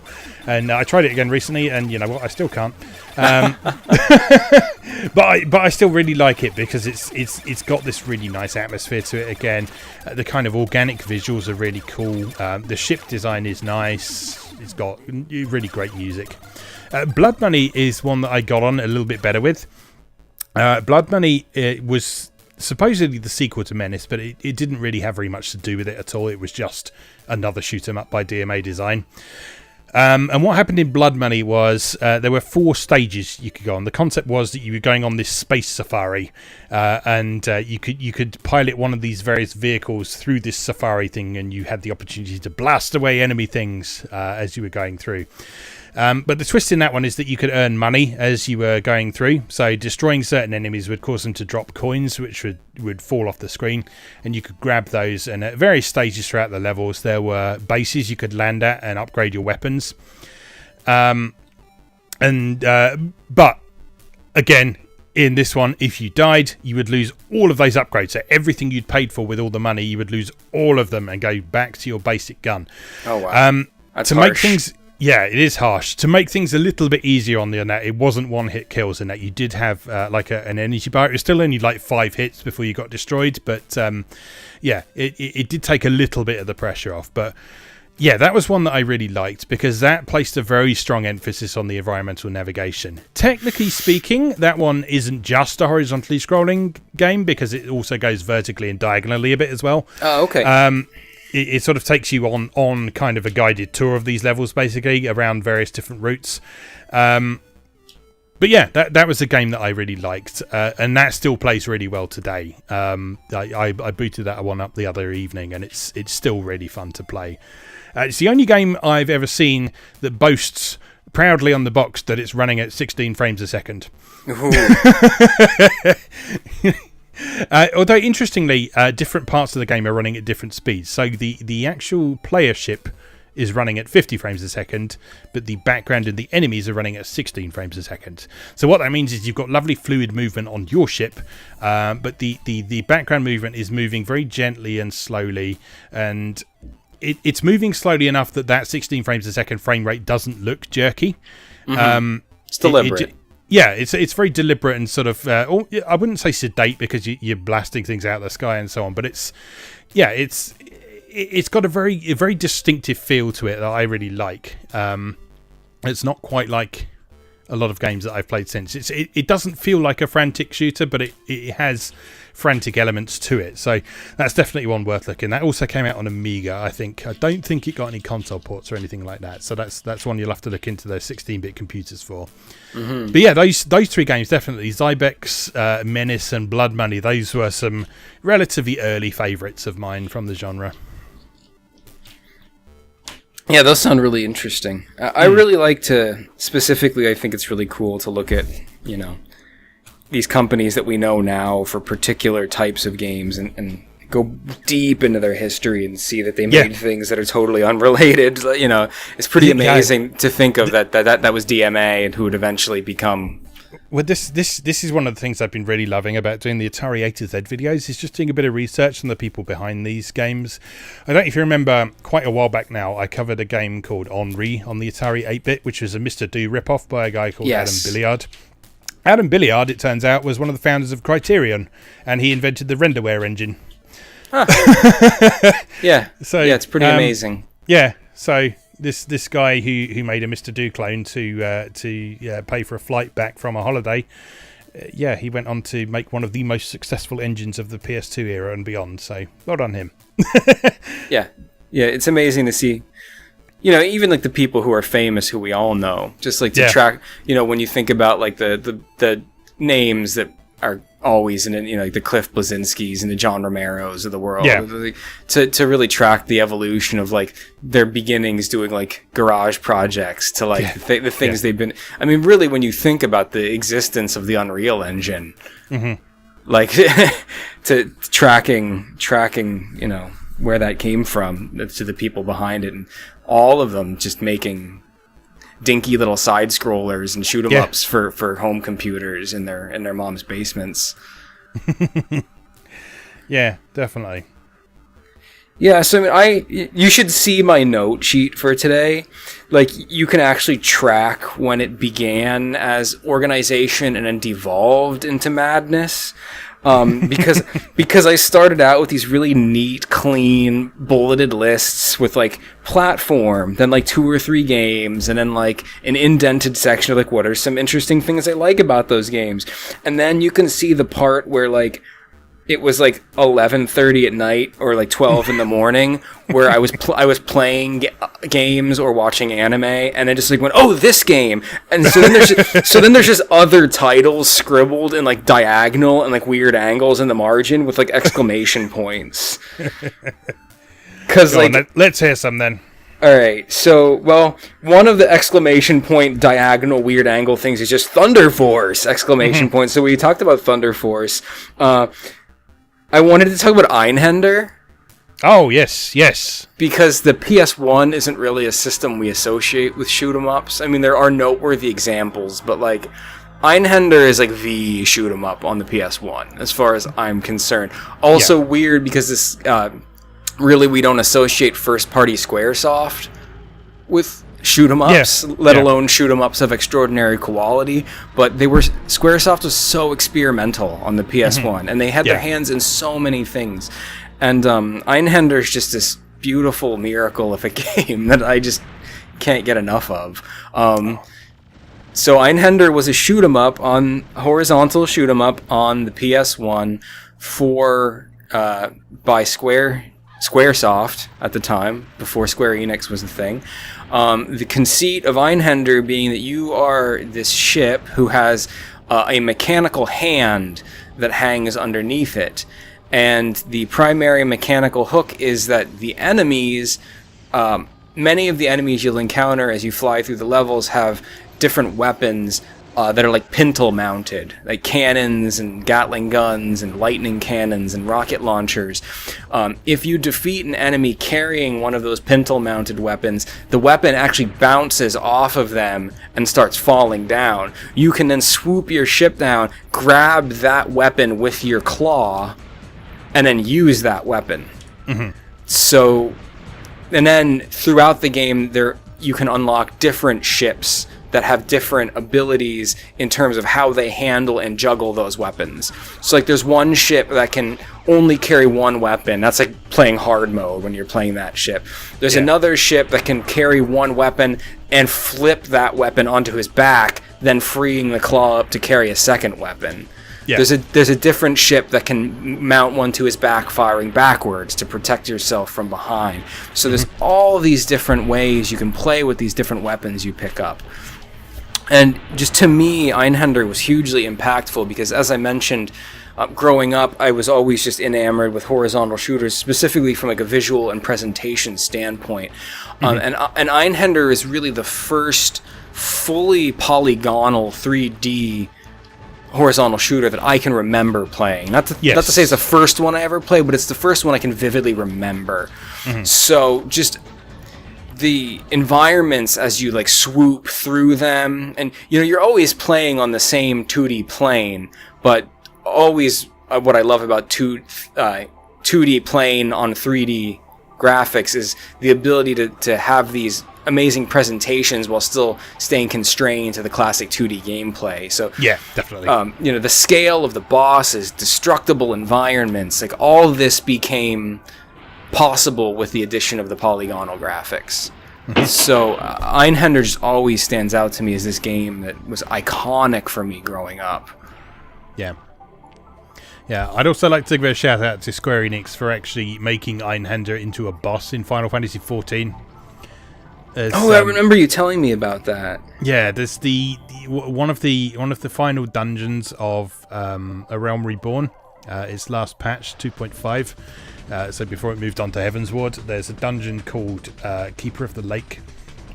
And a significant part of that dungeon is you sort of working your way around Imperial Magitech stuff.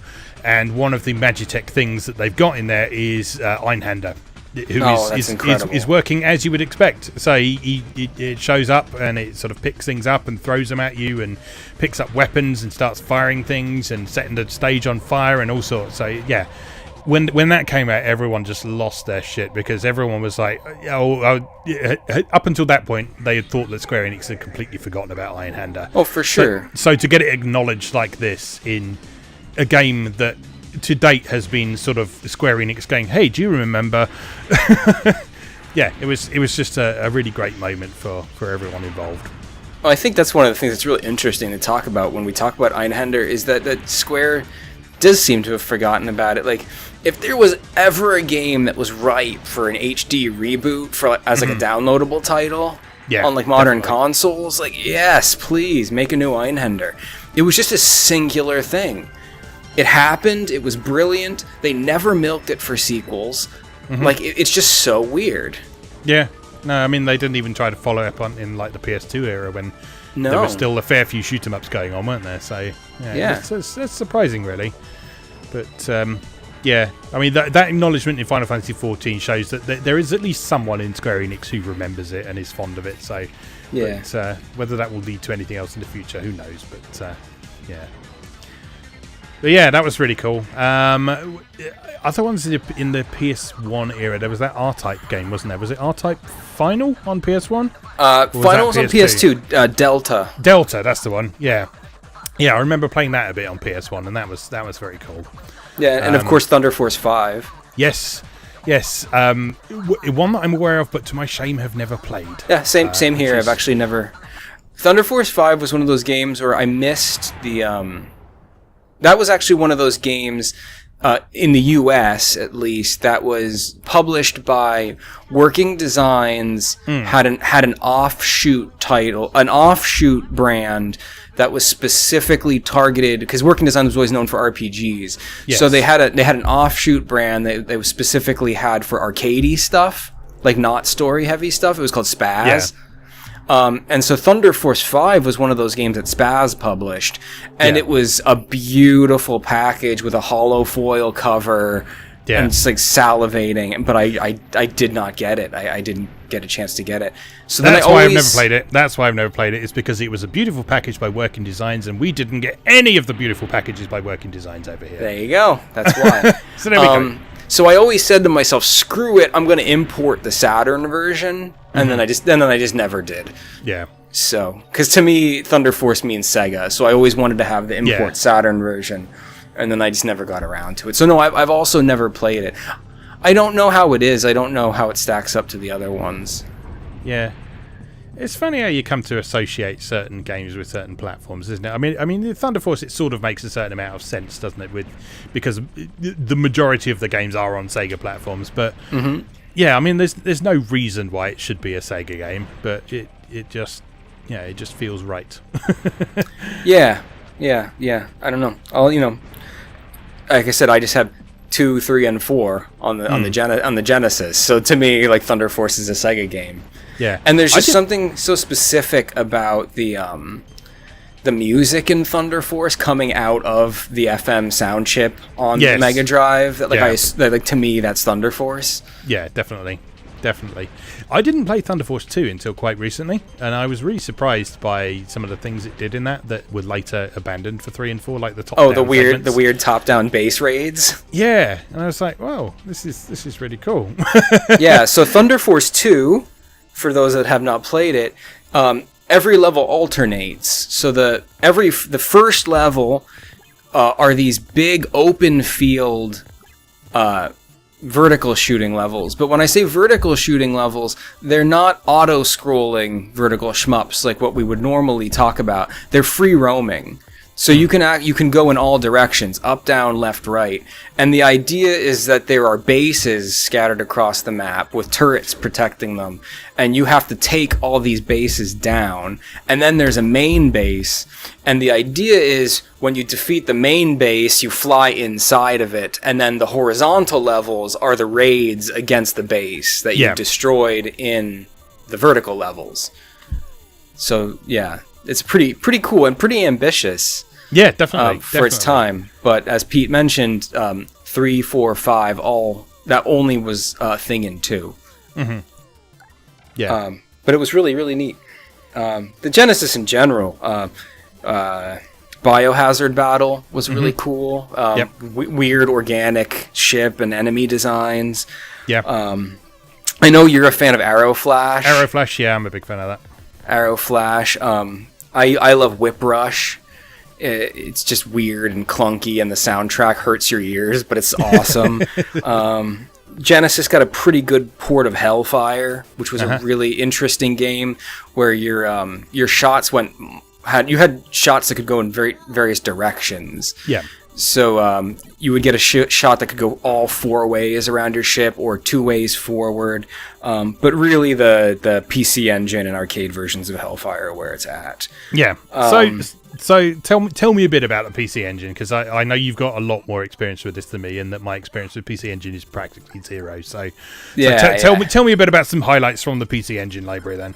So the PC Engine is essentially, or TurboGrafx 16, depending on your region. But I think a lot of a lot of collectors focus on the Japanese, specifically the PC Engine, because the breadth of games, it was far more successful in Japan than it was in Western territories. So most collectors just go straight for the Japanese PC Engine and the Japanese cards.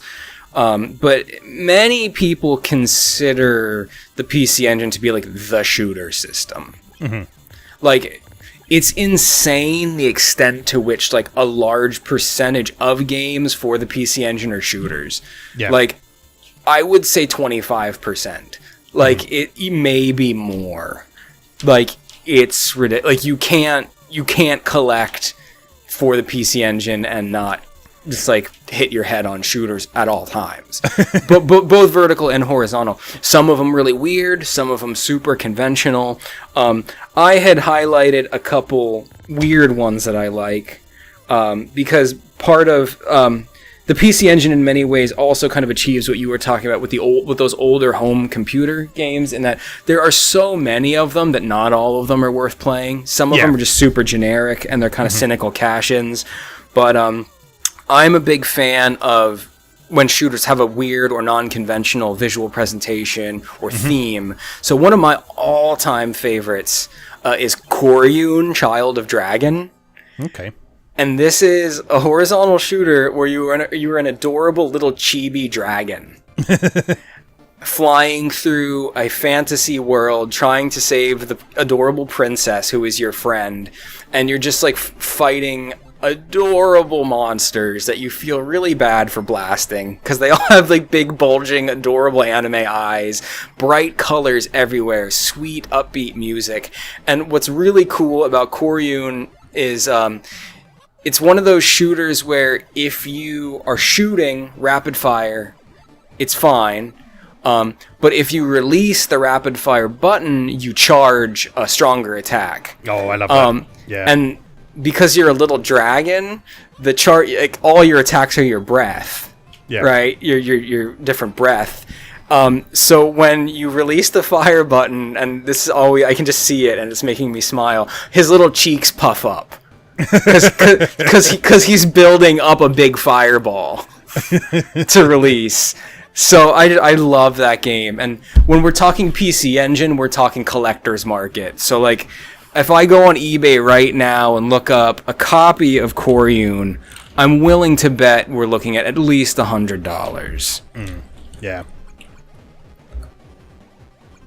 We are, in fact, looking at $500 to $700 or $1,000 for a shrink-wrapped copy. Jesus Christ. Yeah, so yeah, this game is tremendous on the collector's market. There's a homebrew reproduction that's going for $100. I'm seeing card-only copies.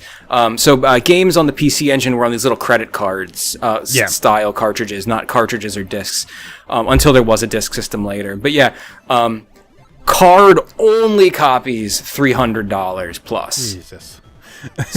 So this is the world of PC Engine. Another of the most famous PC Engine horizontal shooters is Magical Chase. Yep. Which is an adorable, cute, side-scrolling shoot-'em-up where you're a little witch on a broom. And it's delightful.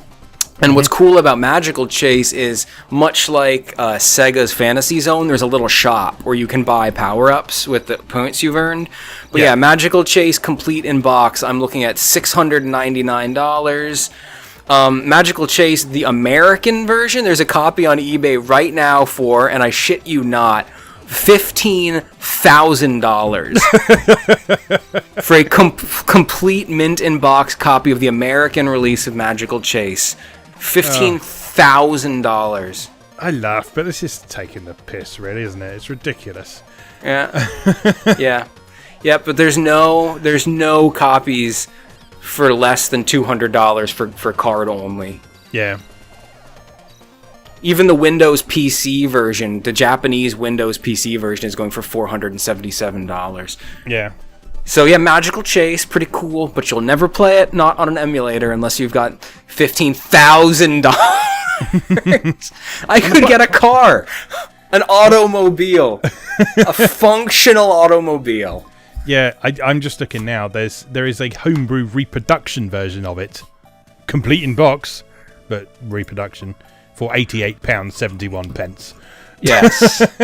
Although So- you can get the Game Boy version for $10.99. Oh, it's probably garbage, but...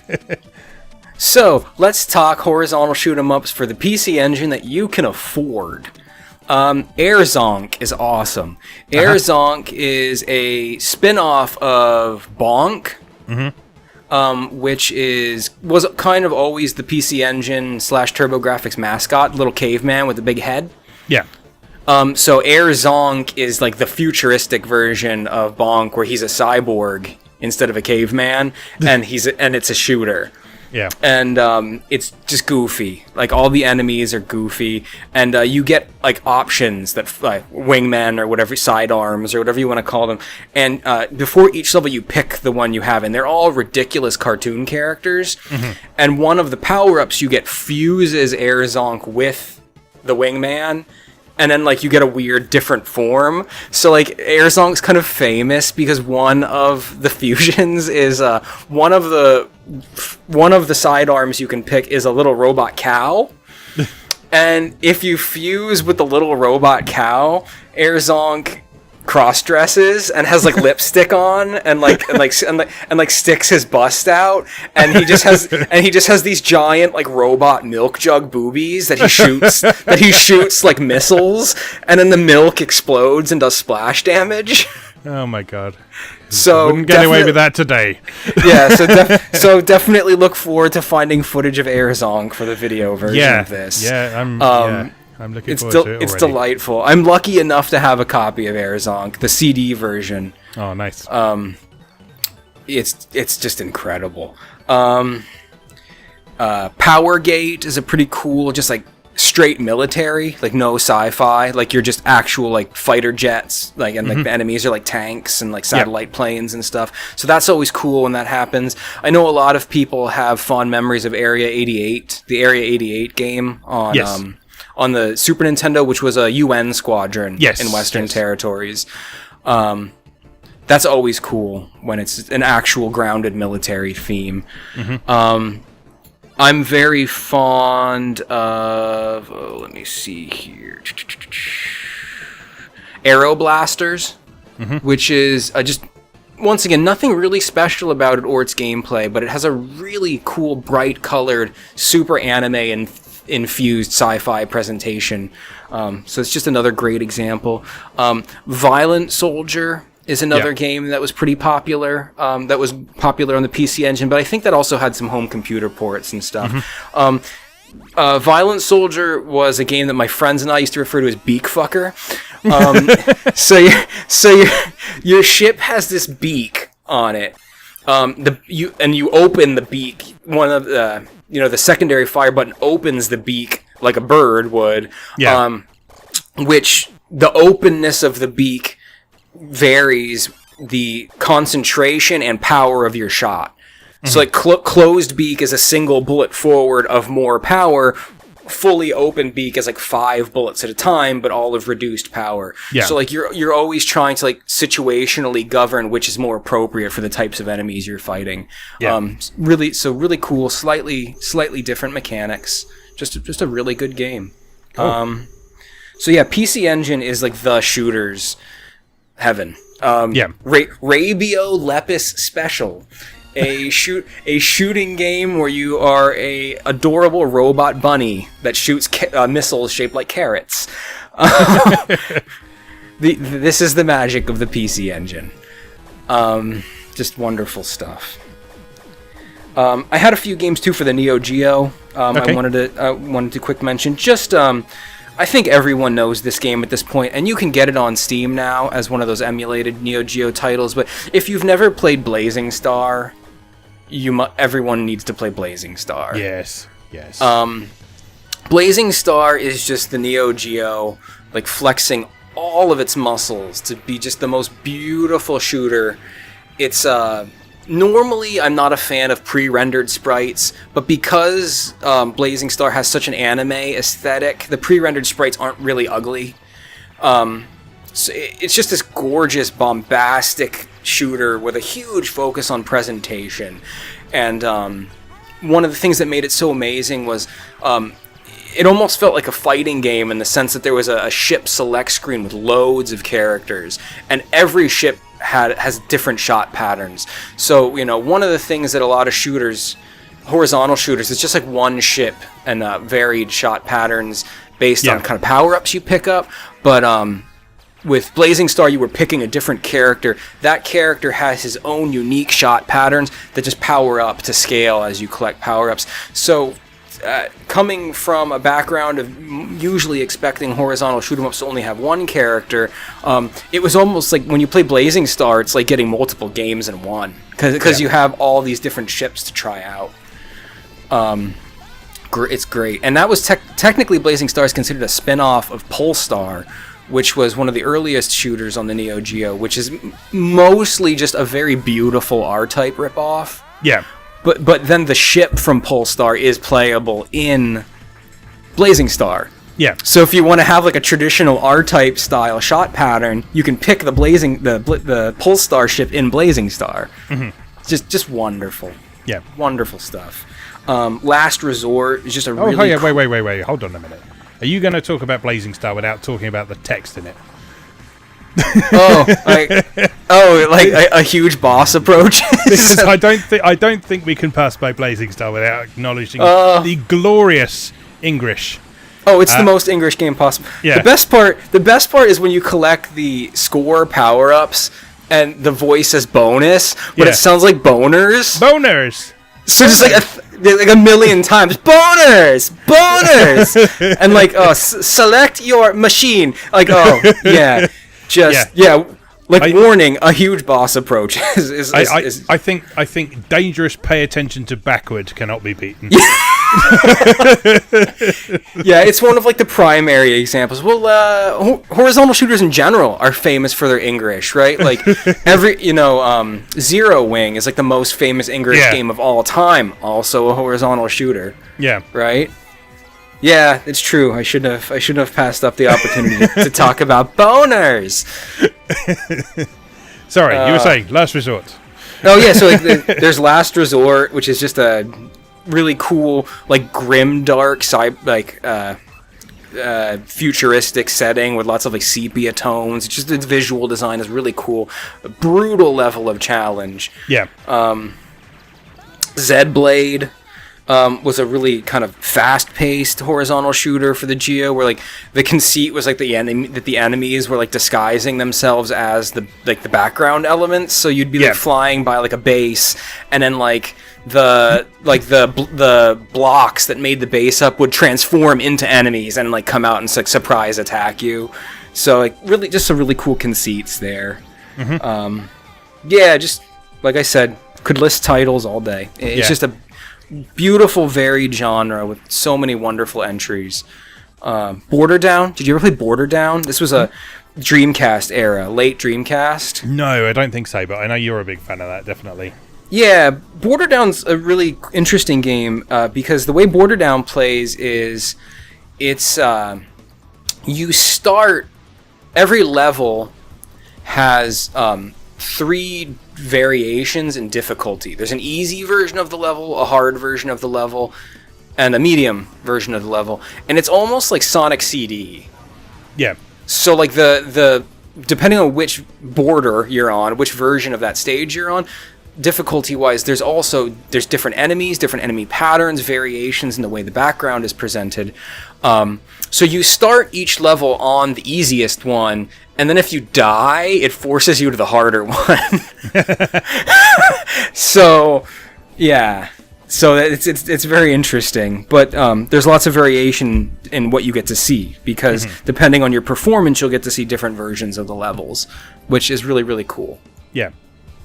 It just occurred to me this is going back in time a little bit, but it just occurred to me that there's one I wanted to mention that I didn't mention, which is one that I doubt many people have heard of because it was an Atari Lynx exclusive. Oh my! Which is Gates of Zendikon. Gates of Zendikon. What a wonderful title. Yeah, Gates of Zendikon was a great horizontal shoot 'em up, and again, it was one of those games that was kind of had a mediocre reception back when it was released, because this was released in 1989, so we were still in sort of full-on shooter saturation stage at the minute, so people were a bit cynical about it. But if you return to it today, it's a really cool shoot 'em up with some nice ideas. So it was a horizontally scrolling shoot 'em up with a reasonably sedate pace of scrolling, but it also had levels that were taller than the screen, so you could you could move up and down, and it was Oh, I scroll up love and down. that. You also had a really interesting weapon as well. So rather than firing bullets out, you had a laser that when you fired it just drew a line across the screen straight away. So like it was a proper sort of light speed laser. And that made for sort of a really interesting, satisfying feel for destroying the enemies, and it had some other interesting ideas in it as well, because it wasn't one-hit kills, but if you got hit by an enemy or a bullet or something like that, like a bit would fall off your spacecraft, and that would mean that like one of your weapons wouldn't work or something like that. So your laser would fall off, and you'd only be able to like fire missiles or something for a little while. So yeah, it was really good, and it was really big as well. I mean, like we tend to associate a lot of shoot 'em ups with being quite short these days, because they tend to focus on the score attack side of things. But Gates of Zendikon had 51 levels. Oh, jeez. So yeah, I never got to the end of it, and it's one of those games that was probably longer than the Lynx's battery life was. I still have very embittered memories of getting right to the end of Gauntlet 3 on the Lynx on a road trip back from my grandparents, and my battery's running out as I was about to finish it. But yeah, Gates of Zendikon would have been in a similar situation, but you could always play it on the AC adapter anyway. But yeah, it was a really cool game. It had lots of sort of branching routes through the levels. There were sort of secret passcodes you could find to start at later levels.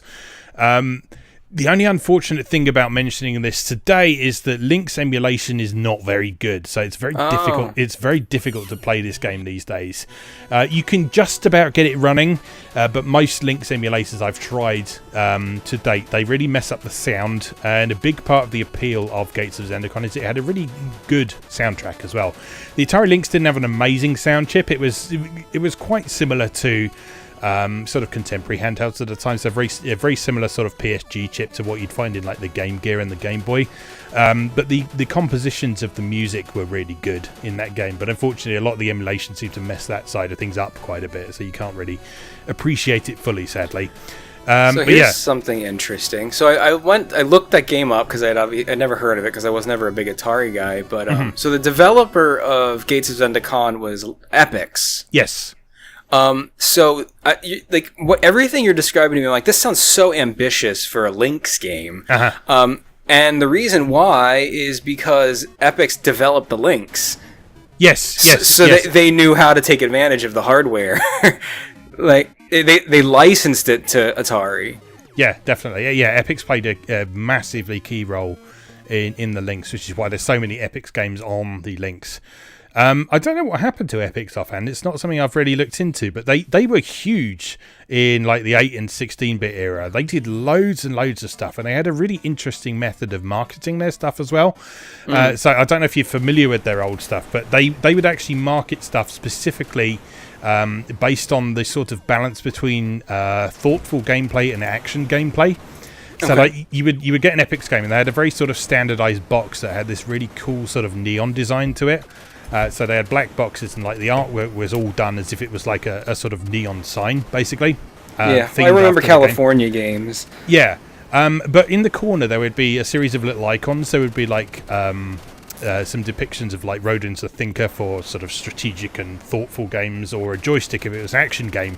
And there were like some games that would have a mix of them, and they were a really interesting publisher, and I don't know what happened to them, and it's quite a shame, really. But yeah, as you say, they played a key role in developing the Lynx, which is why they were able to get such good results out of it, definitely. Very cool.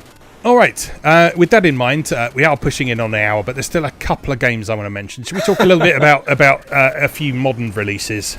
Yeah, I do. I want to hear about some of these because I know you've had some really good experiences with quite a few of them, and I have yet to play many of them, even though I want to. Yeah, definitely. So I won't bring up too many, but I've already mentioned Devil Engine, which you should definitely check out without question. That is an absolute masterpiece. A couple of others that I would like to bring up are by a developer called Astral. So there's two in particular. There's one called Cetasius, which is published by Capcom, oddly enough. I don't really know how that came about, but yeah, they published that one. Cetasius is basically a Gradius game. It's not trying to hide that at all. It's sort of going through horizontally scrolling levels, collecting weapons, upgrading your ship as you go through, gradually building yourself into a force of unstoppable death and destruction, and then bumping into a boulder and losing everything. It's always a goddamn meteor. Yeah. But yeah, Cetasius has got some really nicely scripted moments in it. So like there's like sequences where you're being chased by a boss down a tunnel, so you need to make sure you take the right routes down the tunnel, and like you can't shoot it while it's behind you and that sort of thing. So there's some really cool moments in that. That's a very good one. It's very cheap on Steam. I think it's PC only. I don't believe you can get that on console. So yeah, all those Astroport games never made it out of PC. Yeah. One really interesting one is Zangeki Warp, which is basically quite similar to Cetasius in a lot of ways. Certainly in terms of presentation, it's quite similar, but its unique mechanic, well, not really unique because they either pinched it from Velocity or Velocity pinched it from them, one or the other. But you have a teleport system in this where you can basically draw a line from where you are on the screen, let go, and your ship will instantly phase through anything on the screen and reappear at the end of wherever you drew the line. So there are a lot of sequences throughout the levels where there's seemingly impassable walls, so you have to phase through walls and that sort of thing, and position yourself in specific places to keep yourself safe. And it also makes good use of that in boss fights and stuff as well. So you'll have sequences like where a boss is coming straight for you, and the boss is so big that you wouldn't be able to dodge out of the way. So what you have to do is, while it's flying towards you, is phase through it, so you're behind it, and then phase back through it again when it starts coming back the other way. So there's some really cool mechanics in that. It's a very simple idea, and once you get your head around that basic phasing system, then yeah, it's an incredibly satisfying game. It sounds like the kind of mechanic that I would just keep forgetting was there and keep dying and getting pissed. I'm so bad with games like that, where there's a unique mechanic like that, and then I forget the mechanic exists. It doesn't really let you forget. With the way the levels are designed, it never really lets you forget that it's there, because there's so many sequences where in a conventional shoot 'em up it would just be a complete dead end.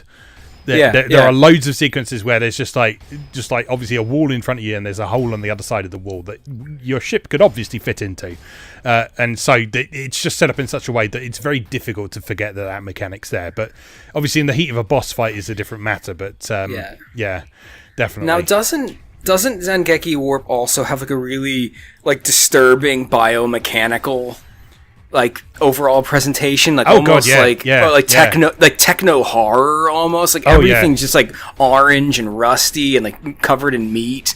It's horrific in the best possible way. So yeah, if you like that kind of sort of bioorganic look, then yeah, you'll definitely get a kick out of this one.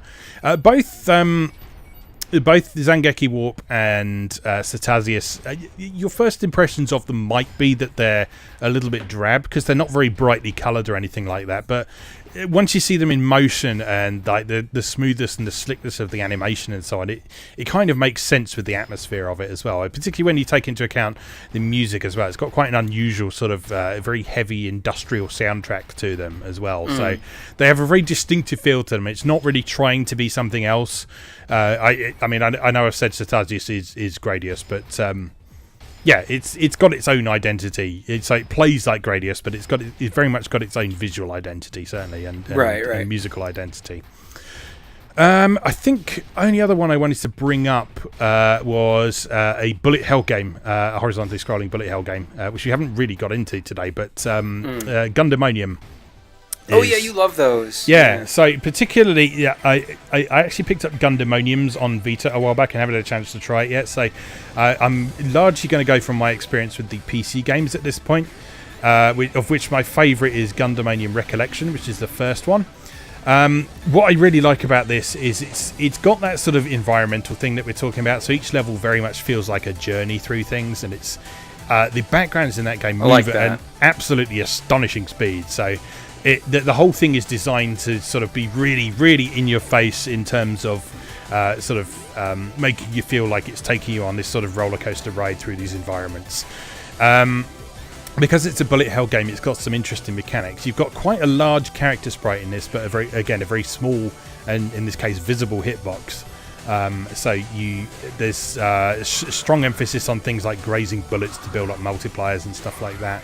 A lot of bullet patterns are sort of fulfilling the function that kind of environmental challenges in other horizontal scrollers would do. So, for example, there's a sequence in one of the levels where there's a bunch of cannons appear down the side of the screen, and they fire.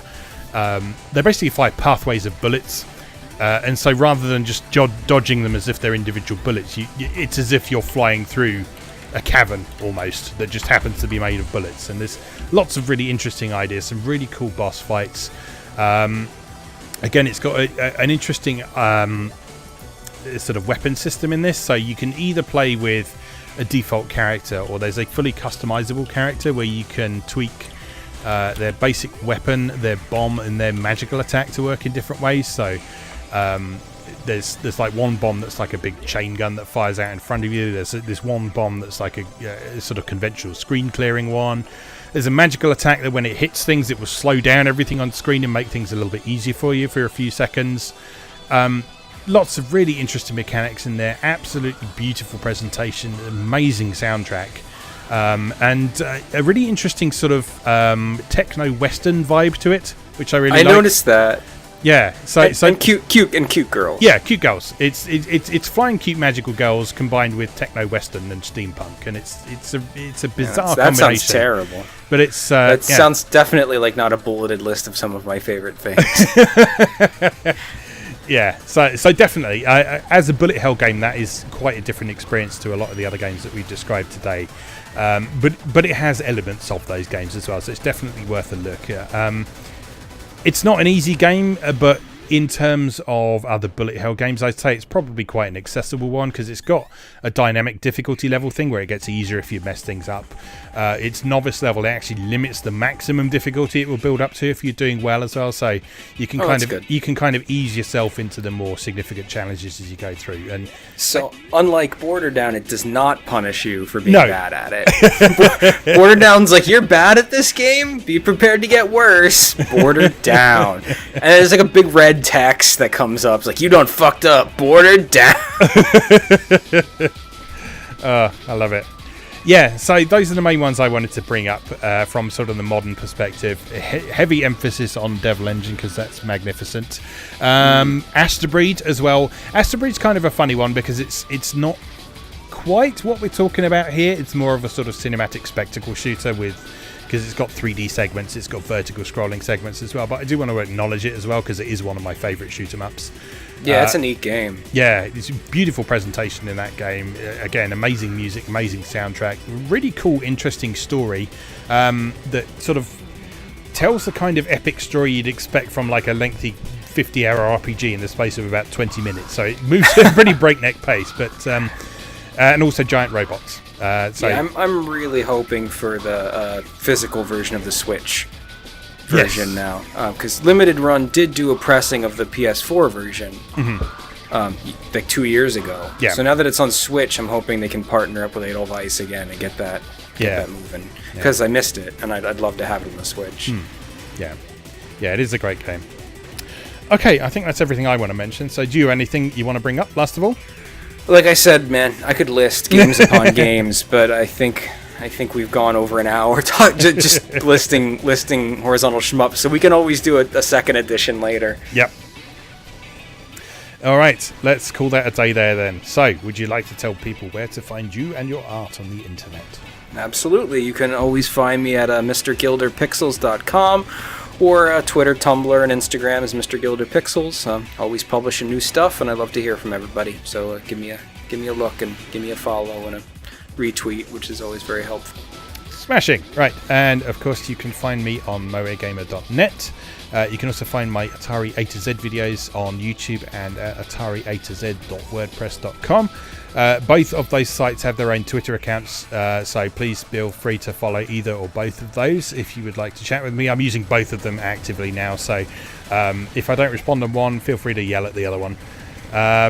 There's stuff going out on YouTube most days. If you're listening to this podcast on SoundCloud, don't forget there's a video version that you can enjoy as well. If you're watching the video version, don't forget that there is an audio version on SoundCloud as well. Yeah, I think that's everything. So, until next time, I guess, we'll see you next time around.